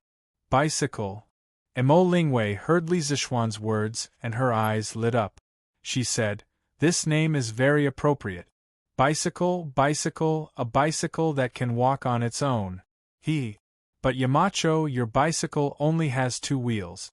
It's not easy to ride at all. It's hard to stand still. I've fallen a few times. Yan Xiaoning chimed in, "Yeah, Xiaoxian, can't you make 3 wheels? It's too easy to fall with 2 wheels." Li Zixuan laughed. "Who said that it's not easy to stand still with 2 wheels? That's because you haven't mastered the balancing skills of this type of bicycle. I'll show you 2 later." Chapter 971. Young Master, this bike is built, but no one in the workshop can control it. You have to be careful when you ride it. Seeing that Li Zixuan was about to get on the bike, Faubert quickly came over and warned him. Li Zixuan smiled and said, "Faubert, don't worry. With my skills, even if I ride with one hand, I won't fall." After saying that, he looked at Emo Lingwei and joked, "Ink girl, I think your skills are pretty good. Why didn't you just jump off the bike?" As the daughter of a martial arts master, Emo Lingwei knew martial arts, and her skills were pretty good. At least, it was more than enough to beat Yan Xiaoning up. A martial arts master would actually flip over when riding a bike? If this was spread out, people would probably laugh their heads off. Emo Lingwei came back to her senses. Her face turned red, and she stuck out her tongue embarrassedly and said, I just forgot. Forgot? Li Zixuan was stunned. He really didn't know what to say. Shaking his head, he walked to the side of the bike and said, "Look carefully, the bike shouldn't be ridden like that. Also, not only can you stand on the 2 wheels, you can stand very steadily." The 3 of them immediately focused their attention on Li Zixuan. Cough cough. Because this bike was a front-wheel drive type, Li Zixuan could only step on one leg and sit on the bike seat while the bike was still. After feeling the flexibility of the steering, Li Zixuan stepped on the front foot of the bike. At first, the bike swayed a little, but then a familiar feeling returned to his body. The bike instantly regained its balance and began to move forward steadily. Wow! Yamacho is amazing. He can ride so steadily. Emo Lingwei saw that the bike that was swaying under her hands was like a well-behaved horse under Li Zixuan's control. Her eyes widened, and she suddenly screamed in excitement. "TSK. If it were me, I would definitely be able to ride so steadily too." Seeing Emo Lingwei's excited look, Yan Xiaoning felt a little jealous and immediately began to brag. Little Ning, you really know how to brag. If you get on the bike, you'll definitely fall to the ground." Emo Lingwei stuck out her tongue and mercilessly attacked him. "You!" Yan Xiaoning's face turned red, and he pointed at Emo Lingwei. He wanted to say that she was insulting him, but after thinking about it, he decided to let it go. On the other side, Li was riding on the bike to ride. To be honest, it had been more than 2 years since he last rode a bicycle. Before he transmigrated to Tang Dynasty, bicycles were extremely popular in China. However, as an otaku, he rarely went out. Even if he did go out, he wouldn't choose to ride a bicycle. It had been more than 2 years since he last rode a bicycle. Now that he had transmigrated to the Tang Dynasty, he could actually ride a bicycle. What a novel experience this was. Perhaps only Li Zixuan himself knew. Faubert, I'll ride this bike home first. The workshop needs to hurry up and produce a batch of bicycles. Li Zixuan rode his bicycle and circled the workshop's courtyard a few times. He was in a good mood as he laughed heartily and called out to Uncle Fu. Faubert nodded. Okay. I'll arrange it in the next few days. I didn't expect this. I didn't expect a two-wheeled bike to be so stable. Li Zixuan smiled and said to Yan Xiaoning, I'll have to trouble you to send Big White back to Chang and later. I'll take my leave first. Yan Xiaoning's face was filled with resentment. They walked together when they came. Why did he have to walk when he was riding a bike back? Although it seemed unfair, he had no choice. There was only one bike here. Even if there was another one, he wouldn't know how to ride it. Therefore, he could only nod his head sullenly. Mo Lingwei was unhappy. Hey! Yamacho, don't ride it away. I haven't had enough fun yet. However, Li Zixuan ignored the crazy girl. He rode his bicycle like a gust of wind and floated past the few of them. When he rode in front of Mo Lingwei, he purposely showed off his skills. He crossed his arms in front of his chest so that the bike could run faster without anyone controlling it. Mo Lingwei was envious of Li Zixuan's cool and easy operation. She chased after Li Zixuan and said, Wow! Yamacho, come down and let me play with you for a while. But just as she finished speaking, Li Zixuan had already dashed off into the distance. She could use her qinggong to catch up, but she felt that this was a little too absurd, so she could only gloomily stomp her feet on the spot. Faubert, you have to make another bike as soon as possible. In the end, the girl could only pin her hopes on Faubert. Okay. I'll do it as soon as possible. Faubert was unusually happy. Of course, Faubert was happy to see that the bike that he worked so hard on for more than a month was so popular. Moreover, the person who spoke was Mo Lingwei, Yan Xiaoning's fiancé. He had even more reason to be happy. Even though he no longer worked for the Yan family, he still had feelings for Yan Xiaoning after all these years. Seeing that Yan Xiaoning was finally enlightened and had the possibility of starting a family, he was happy from the bottom of his heart. Oh wow! Look, that big brother is riding a monster. On the road, a group of kids who were playing with scooters shouted in surprise when they saw Li Zixuan riding a bike towards them. Wow! The monster that big brother is riding is so fast. When the kids saw Li Zixuan and the bike, they were all excited. However, they were not stupid. They knew to stand on both sides and make way for Li Zixuan. When Li Zixuan passed through them like the wind, the kids immediately turned their scooters around and chased after Li Zixuan while shouting, Big brother, wait for us. Big brother, where did you buy the monster? Big brother, make your monster run slower. Tang Dynasty's first bicycle was called a monster by the kids. However, the kids were not afraid of the monster. They all wanted to know where Li Zixuan bought the monster. Li Zixuan shook his head helplessly when he heard the brats chirping. Although this kind of front-wheel drive bicycle was a bit ugly, it couldn't be a monster, right? Li Zixuan had no choice but to increase his speed in order to prevent the brats from encountering any danger during the chase. The ugly bicycle immediately ran at the speed of a fast horse, and in the blink of an eye, it had pulled a large distance away from the brats. The brats could only look at Li Zixuan's back and howl in grief. Chapter 972. Li Zixuan finally arrived at Chang, an city on his monster, after shaking off a few groups of naughty kids who were racing on the road. Looking at the oddly shaped bicycle, the pedestrians all looked at it in amazement. The first bicycle in Tang Dynasty had a 100% chance of turning their heads. Marquis, what is this? Dugu Feiying was on duty at the city gate today. When he saw Li Zixuan pushing such a monster into the city, he asked in confusion. The ancient city gate officers were like the security guards at modern train stations and subway stations. They had the responsibility to check if the people entering the city were carrying any prohibited items, such as heavy crossbows. Haha. Feiying, this is a new bicycle made by my workshop. What do you think? Isn't it cool? Li Zixuan laughed proudly. Dugu Feiying, who had been with Li Zixuan for a long time, knew what cool meant. However, when he saw the oddly shaped bicycle, he frowned and said, "Cool? Let's just say it's cool. But how can a two-wheeled car stand stably?"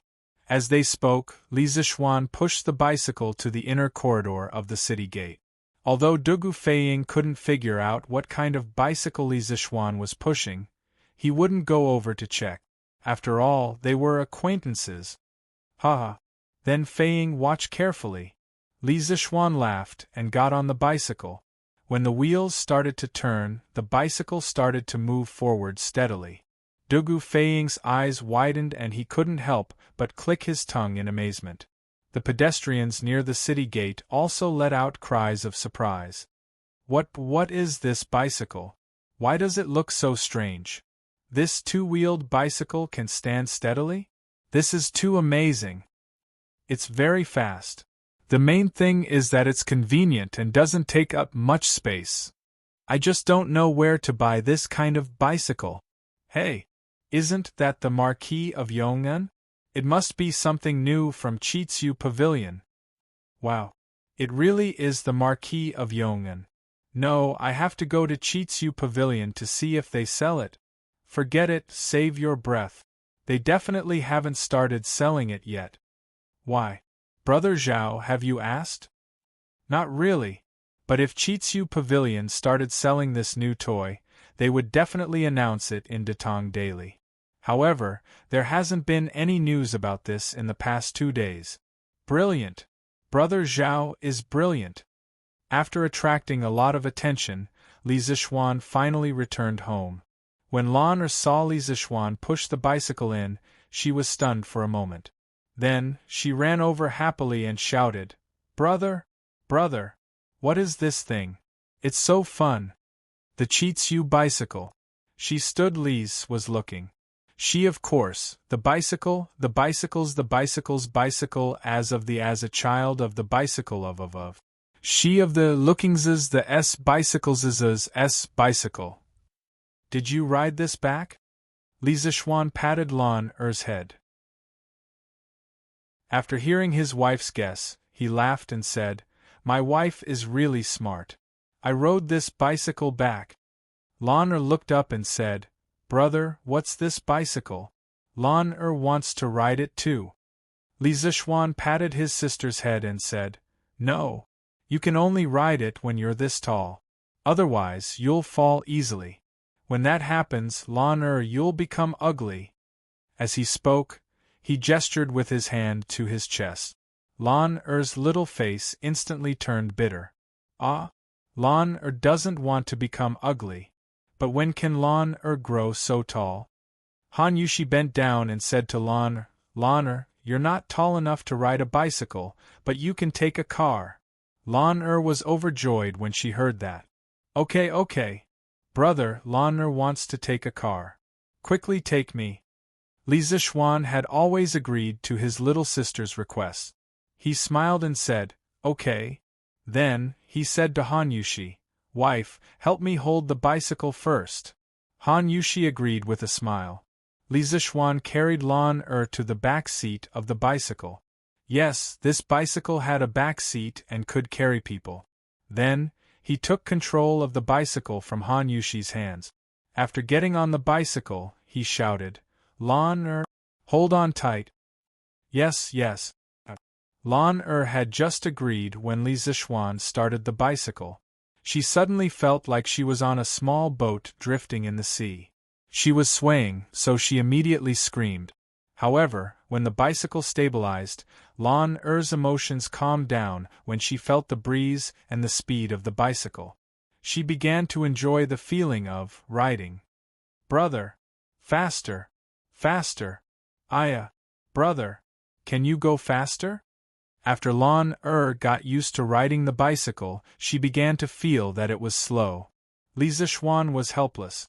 This girl could no longer stay in the house. He could only say, "Let's go. Lan Er, sit tight. Brother will take you out for a walk." Okay. Lan Er was overjoyed when she heard that. Her 2 small canine teeth were exposed. Li Zishuan bade farewell to his family members and rode his bicycle out of the mansion. Shaner, do you want to ride your cousin's bicycle too? After Li Zishuan left, Mrs. Li looked kindly at Yi Fashion and smiled. She asked because she noticed that Yi Fashion had been staring at Li Zishuan's bicycle in a daze. Yi Fashion came back to his senses and hurriedly said, No, Aunt. Fashion was just thinking about why cousin's bicycle only has 2 wheels, but it can move smoothly. He thought to himself, I'm not a child anymore. How can I still think about playing? I want to save the world. So that's how it is. Mrs. Li looked at Yi Fashion with a faint smile. She didn't expose him, nor did she expose him. She just smiled and walked away. This bicycle has a weird shape, but it's much lighter than a horse carriage. It's also much faster. It's really a great tool for traveling. Yi Guozhong looked at the direction where Li Zishuan and his sister had disappeared. He stroked his beard and sighed with emotion. Mrs. Yi laughed and said, That's my good grandson for you. You have so many ideas. One look and I can tell that this car is amazing. Li Zishuan, who was outside the mansion, couldn't hear Mrs. Ye's praise. At that moment, he had already brought his sister out of Yongle Lane. The magical bicycle once again attracted the attention of passers-by. They were discussing and chasing after it. Wow! It's Marquis. Marquis is riding that strange bicycle again. Wow! This strange bicycle can carry people? It's amazing! It's so fast. The bicycle's appearance on the first day caused a huge commotion. It became the topic of many people's leisure conversations.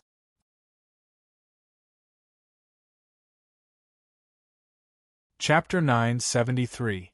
In fact, this bicycle wasn't easy to ride. It was even worse than a modern yellow car. Because the pedals of this bicycle were placed directly on the axle of the front wheel, the power of the bicycle was mainly driven by the crank connected to the pedals.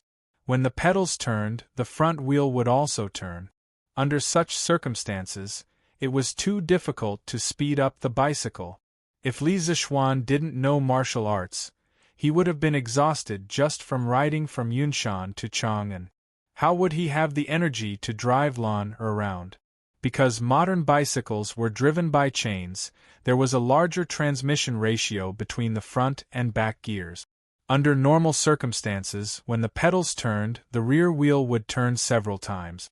The so-called speed-changing bicycles had a flywheel added to the rear wheel, which was a gear that could change the number of teeth. Y represented the gear ratio, C represented the number of teeth of the driving gear, and N represented the number of teeth of the passive gear. The relationship between them could be expressed by a formula, Y equals Cn. For example, if the wheel of a bicycle had 48 teeth and the flywheel had 16 teeth, then the gear ratio would be 3. In other words, when the pedals turned one round, the flywheel would turn 3 times, which meant that the rear wheel would turn 3 times. Although increasing the gear ratio could increase the bicycle's speed, one couldn't ignore the fact that the chain drive in this case was a laborious lever. The larger the gear ratio, the more laborious it would be to pedal. Based on this comprehensive consideration, in reality, regardless of the model of the bicycle, the gear ratio was around 2 to 4. Speed-changing bicycles relied on changing the gear ratio to adjust the transmission ratio, thereby saving energy or increasing speed. Another problem was that the workshop could only make roller bearings for the various rotating parts of the bicycle. They couldn't make ball bearings yet. The roller bearings also caused Li Zishuan's bicycle to be a little jerky. The handlebars weren't flexible enough, and the wheels lost a lot of kinetic energy due to friction. This made it even more laborious to ride. Brother! Look! Isn't that Sister Changle and Brother Crown Prince? Lan suddenly shouted excitedly when they arrived at the entrance of the East Market. Screech! When Li Zishuan heard Lan voice, he quickly pressed the brake. A hoarse screech resounded through the street, and the bicycle immediately stopped. Ouch! Due to inertia, Lan Er's head hit Li Zishuan's back. The little girl couldn't help but let out a cry of surprise. Cheng Qian? Where is it? Li Zishuan used his right foot to support the bicycle and turned his head to ask. Humph. Stinky brother, why didn't you tell Lan Er when you stopped the car? Lan Er rubbed her head and pursed her lips. Of course, the little girl wasn't really angry. After complaining to Li Zishuan, she said, Hey, isn't that brother Crown Prince An? Hey, brother, they're coming our way. In fact, Li Zishuan had already found Li Chengqian and Changel in the crowd without her saying anything. There were 2 guards following behind the brother and sister. The guards were holding several brocade boxes in their hands. Presumably, the 2 of them had just finished shopping outside the palace. The horse braking sound from before had instantly attracted the attention of the siblings. Once they saw Li Zishuan and Lan Er, they approached them. Ah, brother Xiaoxian, what kind of bicycle are you pushing? Changel jogged over and looked at the bicycle beside Li Zishuan with surprise. Yes, Xiaoxian, why have I never seen this kind of bicycle before? Li Chengqian had also walked to Li Zishuan's side. Seeing Lan Er sitting on the oddly shaped bicycle, he also felt a wave of surprise and couldn't help but ask. Brother Crown Prince is so stupid.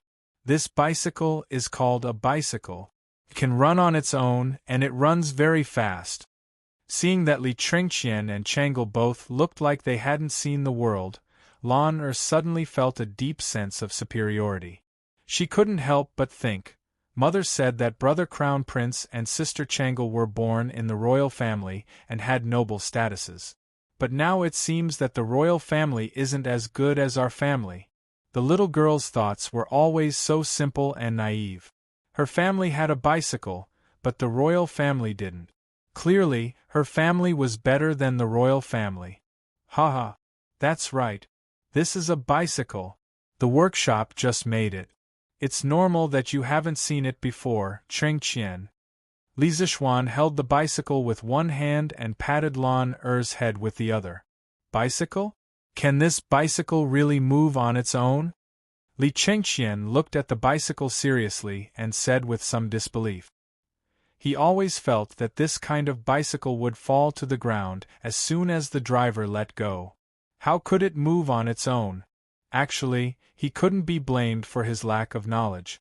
The main thing was that ancient people often saw carriages and had formed a fixed mindset. A bicycle only had 2 wheels, and the 2 wheels were arranged in tandem. Naturally, it wasn't as stable as a carriage. Before Li Zishuan could say anything, Lan Er couldn't help but retort, Why can't it? Lan Er and brother Crown Prince rode this bicycle over just now. Changel covered her mouth and laughed. Sister Lan Er, it should be brother Xiaoxian who rode the bicycle. You rode the bicycle, right? Lan Er didn't blush and her heart didn't skip a beat. Yes, yes. That's what I wanted to express. Sister Changel, you're so understanding. This girl's sweet mouth could make people sick to death. Changel was overjoyed by her sweetness. Haha. Lan Er, how does it feel to sit on this bicycle? Lan Er tilted her head and thought for a while. Then she said, Yes. It's quite comfortable. It's just a little cold. Logically speaking, a bicycle was indeed faster than a carriage, but it definitely wasn't as warm as a carriage. After all, there was wind on all sides. This somewhat cute and quick-witted answer immediately made everyone laugh. Sister Changel, do you want to try it too? It's really comfortable? Lan Er saw that everyone was laughing and thought that they didn't believe her, so she said again. Changel's eyes immediately flashed with a hint of interest. Li Chengqian inadvertently glanced at Changel, and his heart suddenly thumped. He hurriedly said, Ahem. Changel, it's not early anymore. If father and mother don't see you for a long time, they'll be anxious. As her elder brother, Li Zishuan had actually noticed that Changel's feelings towards Li Zishuan were a little different. He couldn't tell if it was because of her attachment to her elder brother or because of the feelings between a man and a woman, but no matter which it was, It wasn't appropriate for Changle to get too close to Li Zixuan. As for things like riding the same bicycle, that was even more out of the question. Yes, then. Brother Xiaoxian, Sister Lan goodbye. Changle's thin lips moved as she spoke softly. Wearing a pink palace dress, she looked even more delicate and pitiful under the setting sun.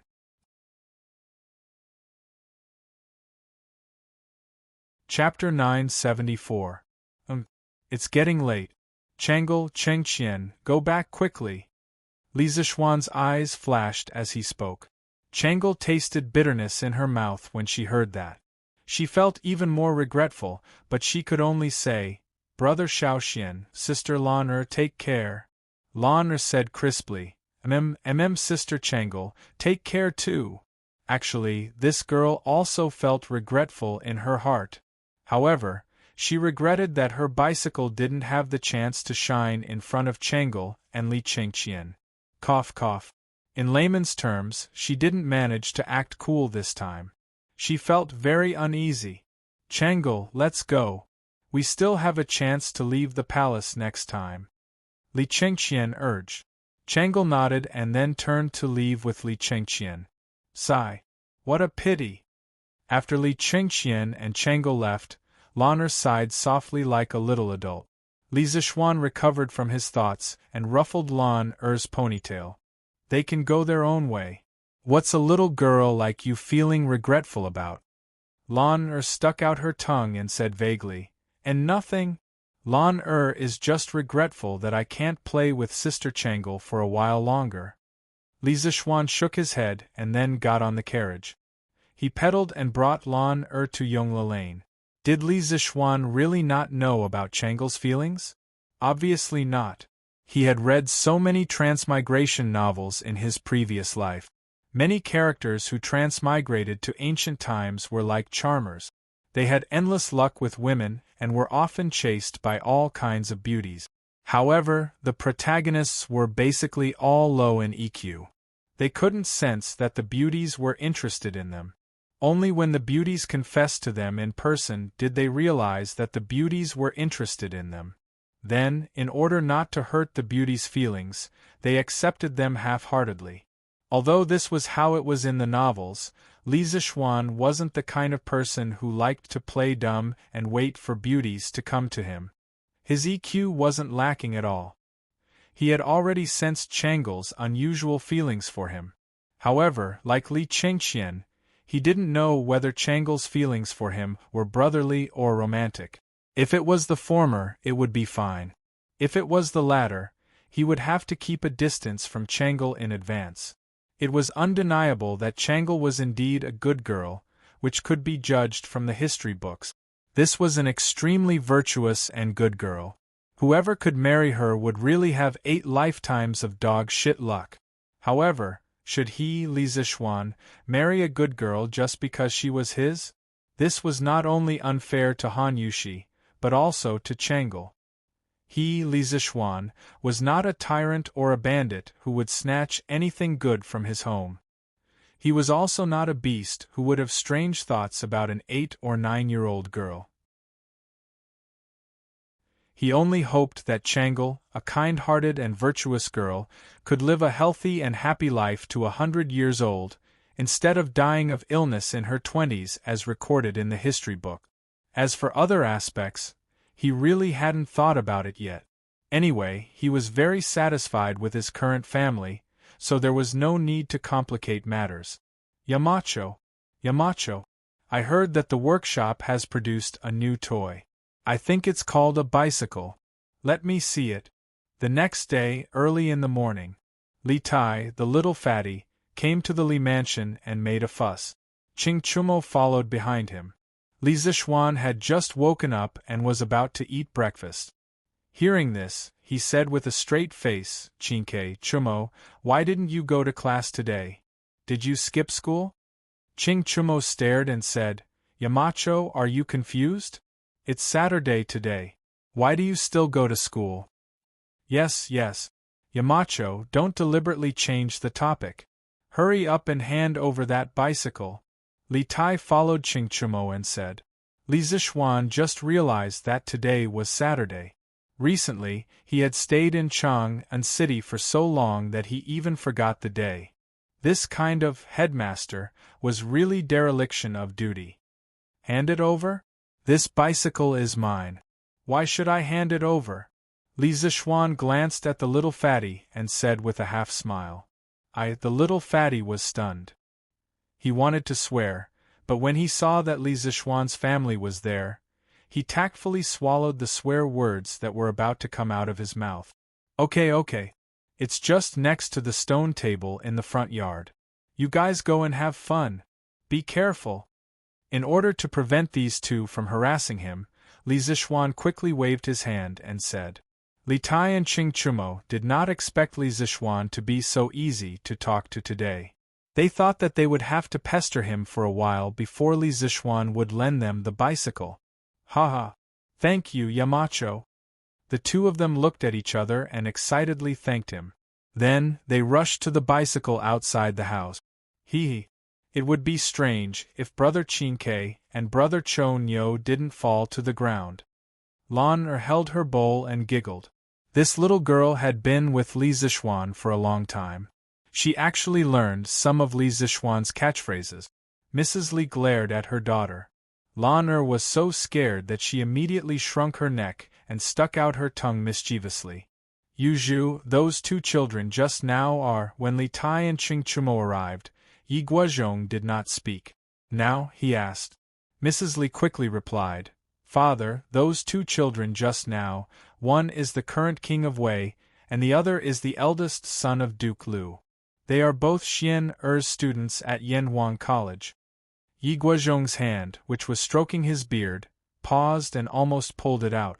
Before coming to Chang'an, he only knew that Li Zixuan was favored by the emperor. He did not expect Li Zixuan to be so familiar with the princes and the sons of Duke Lu. Moreover, these people were very respectful to Li Zixuan.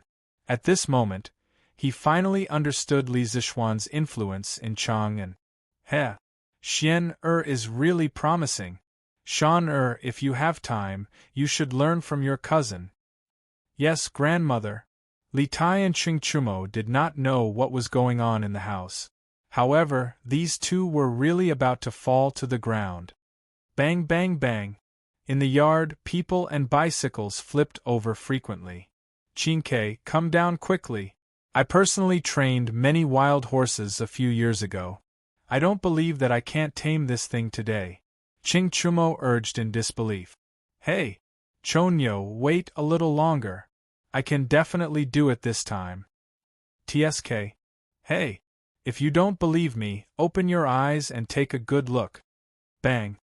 Just as he finished speaking, Li Tai once again fell to the ground, causing a cloud of dust to rise up.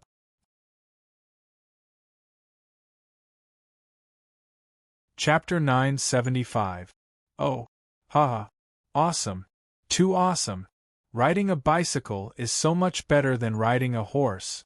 Yamacho, lend me your bicycle for a spin. Facts have proven that if a person is lacking in one aspect, they will always be strong in another.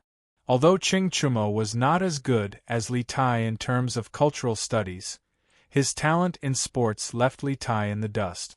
In less than a quarter of an hour, he was already able to get on the bike and ride. After another quarter of an hour, he was already able to ride the bike steadily. Li Tai, who was watching from the side, was filled with envy and jealousy. F***ck. Qing Chumo, stop.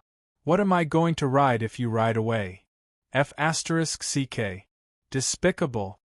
Li Tai, who was sitting on a stone bench in the front yard licking his wounds, quickly stood up and cursed angrily.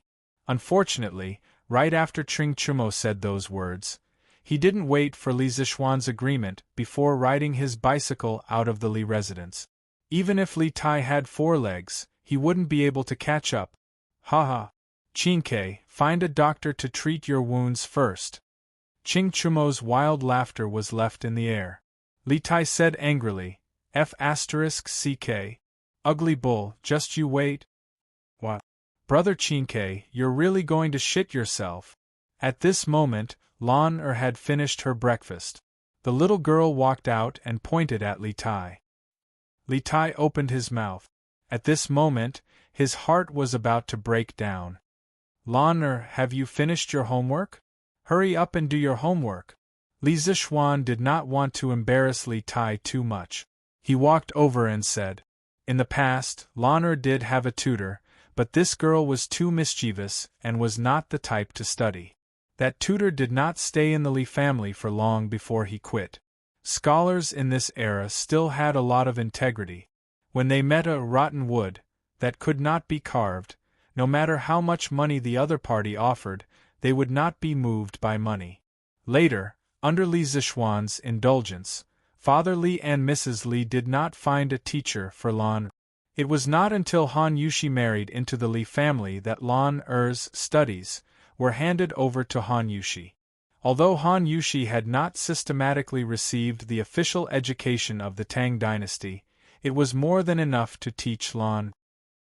Brother, it's still early. Lan stuck out her tongue and said with a bitter face, who would ask someone to do homework so early in the morning? Li Zishuan said helplessly, early? Do you know that the clumsy bird flies first? Quickly go and find Yushi. Oh.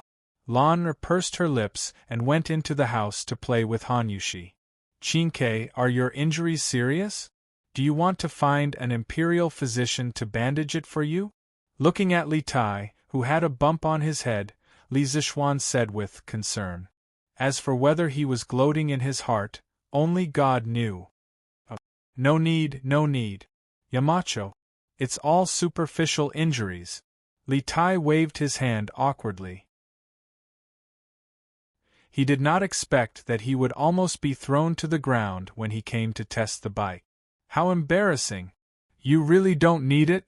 I really don't need it. Then why aren't you leaving? Are you waiting for me to ask you to stay for lunch?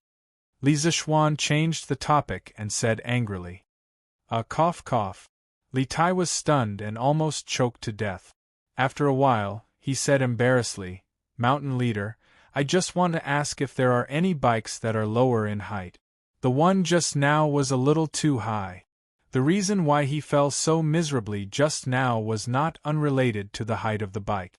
This first bike was designed according to Li Zishuan's height. Ching Chumo could barely ride it, but Li Tai could not even touch the ground after he got on it. Who else would fall if not him? Li Zishuan said with a smile, we don't have it now.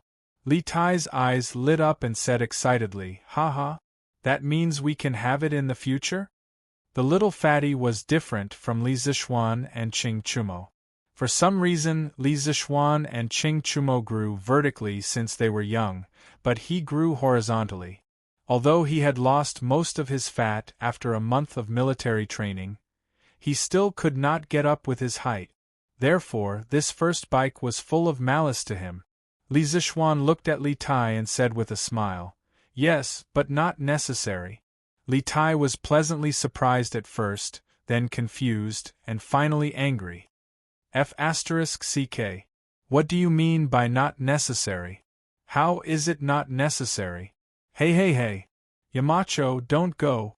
Whoa. As Ching Chumo rode his bicycle, he could feel the cool breeze blowing past his ears. This guy's intuition was so good that he couldn't help but wail like a ghost and howl like a wolf all the way. It was hard not to attract attention. Heh. Isn't this the two-wheeled bike that Marquis Yong unrode yesterday? Why is it in the hands of this young man? Ha. Zhao Lao, are you blind? That is obviously the eldest son of Lu Guogong's family. Do I need to tell you about his relationship with Marquis Yong-un? What's so strange about Marquis's two-wheeled bike being in his hands? Hee. So it's the eldest son of Ching Chumo. No wonder. Speaking of which, this two-wheeled bike is really strange. It can run so fast without a horse. I've lived for so long, but I've never seen anything like this before. Yes. This is my first time seeing it too. When this bike is released at Strange Interest Pavilion, I'll definitely buy one. Tisk. I'm just afraid that you won't be able to afford it. Humph. Meng Laosi, don't look down on me. Ching Chumo sped all the way, leaving behind a legend. Oh no, it was a heated discussion. Through word of mouth, the people knew that Li Zixuan's family had a two-wheeled bike that could travel at high speeds without a horse. Many people who had never seen such a bike before started to gather around Yongla Lane, waiting for Ching Chumo to return the bike. However, this guy seemed to be having a little fun. It was already late in the morning, but he still did not return the bike. Heh. Brat, did you get the car from Little Xian? Ching Yaojin returned from court. Coincidentally, Ching Chumo and Ching Chuliang were taking turns riding the bike in the courtyard. The old man was immediately amused. Ching Chumo stopped the bike, looked at his father, and asked, "Father, how did you know?" Old Ching took off his court attire and handed it to the maidservant beside him. Then, he walked quickly to Ching Chumo and slapped the latter's head twice, saying, "Hey? Your father heard yesterday that Little Xian rode a two-wheeled bike back from the workshop that can move on its own. Hurry up and get down here for me." Ching Chumo glared at him and said, "Father, what are you doing? I still have to return this bike later." Ching Yaojin slapped his son's head twice again and said, "Hurry up and get lost. You don't need this bit of time anyway. Let me try this bike." As soon as he finished speaking, he pulled Ching Chumo down without any explanation. Hey, father. Do you know how to ride it? This bike isn't that easy to ride. Don't fall and shit out like Chin K. You're tuning in to the Phoenix Knights YouTube channel. Don't forget to subscribe and join us on this journey to catch the most captivating stories.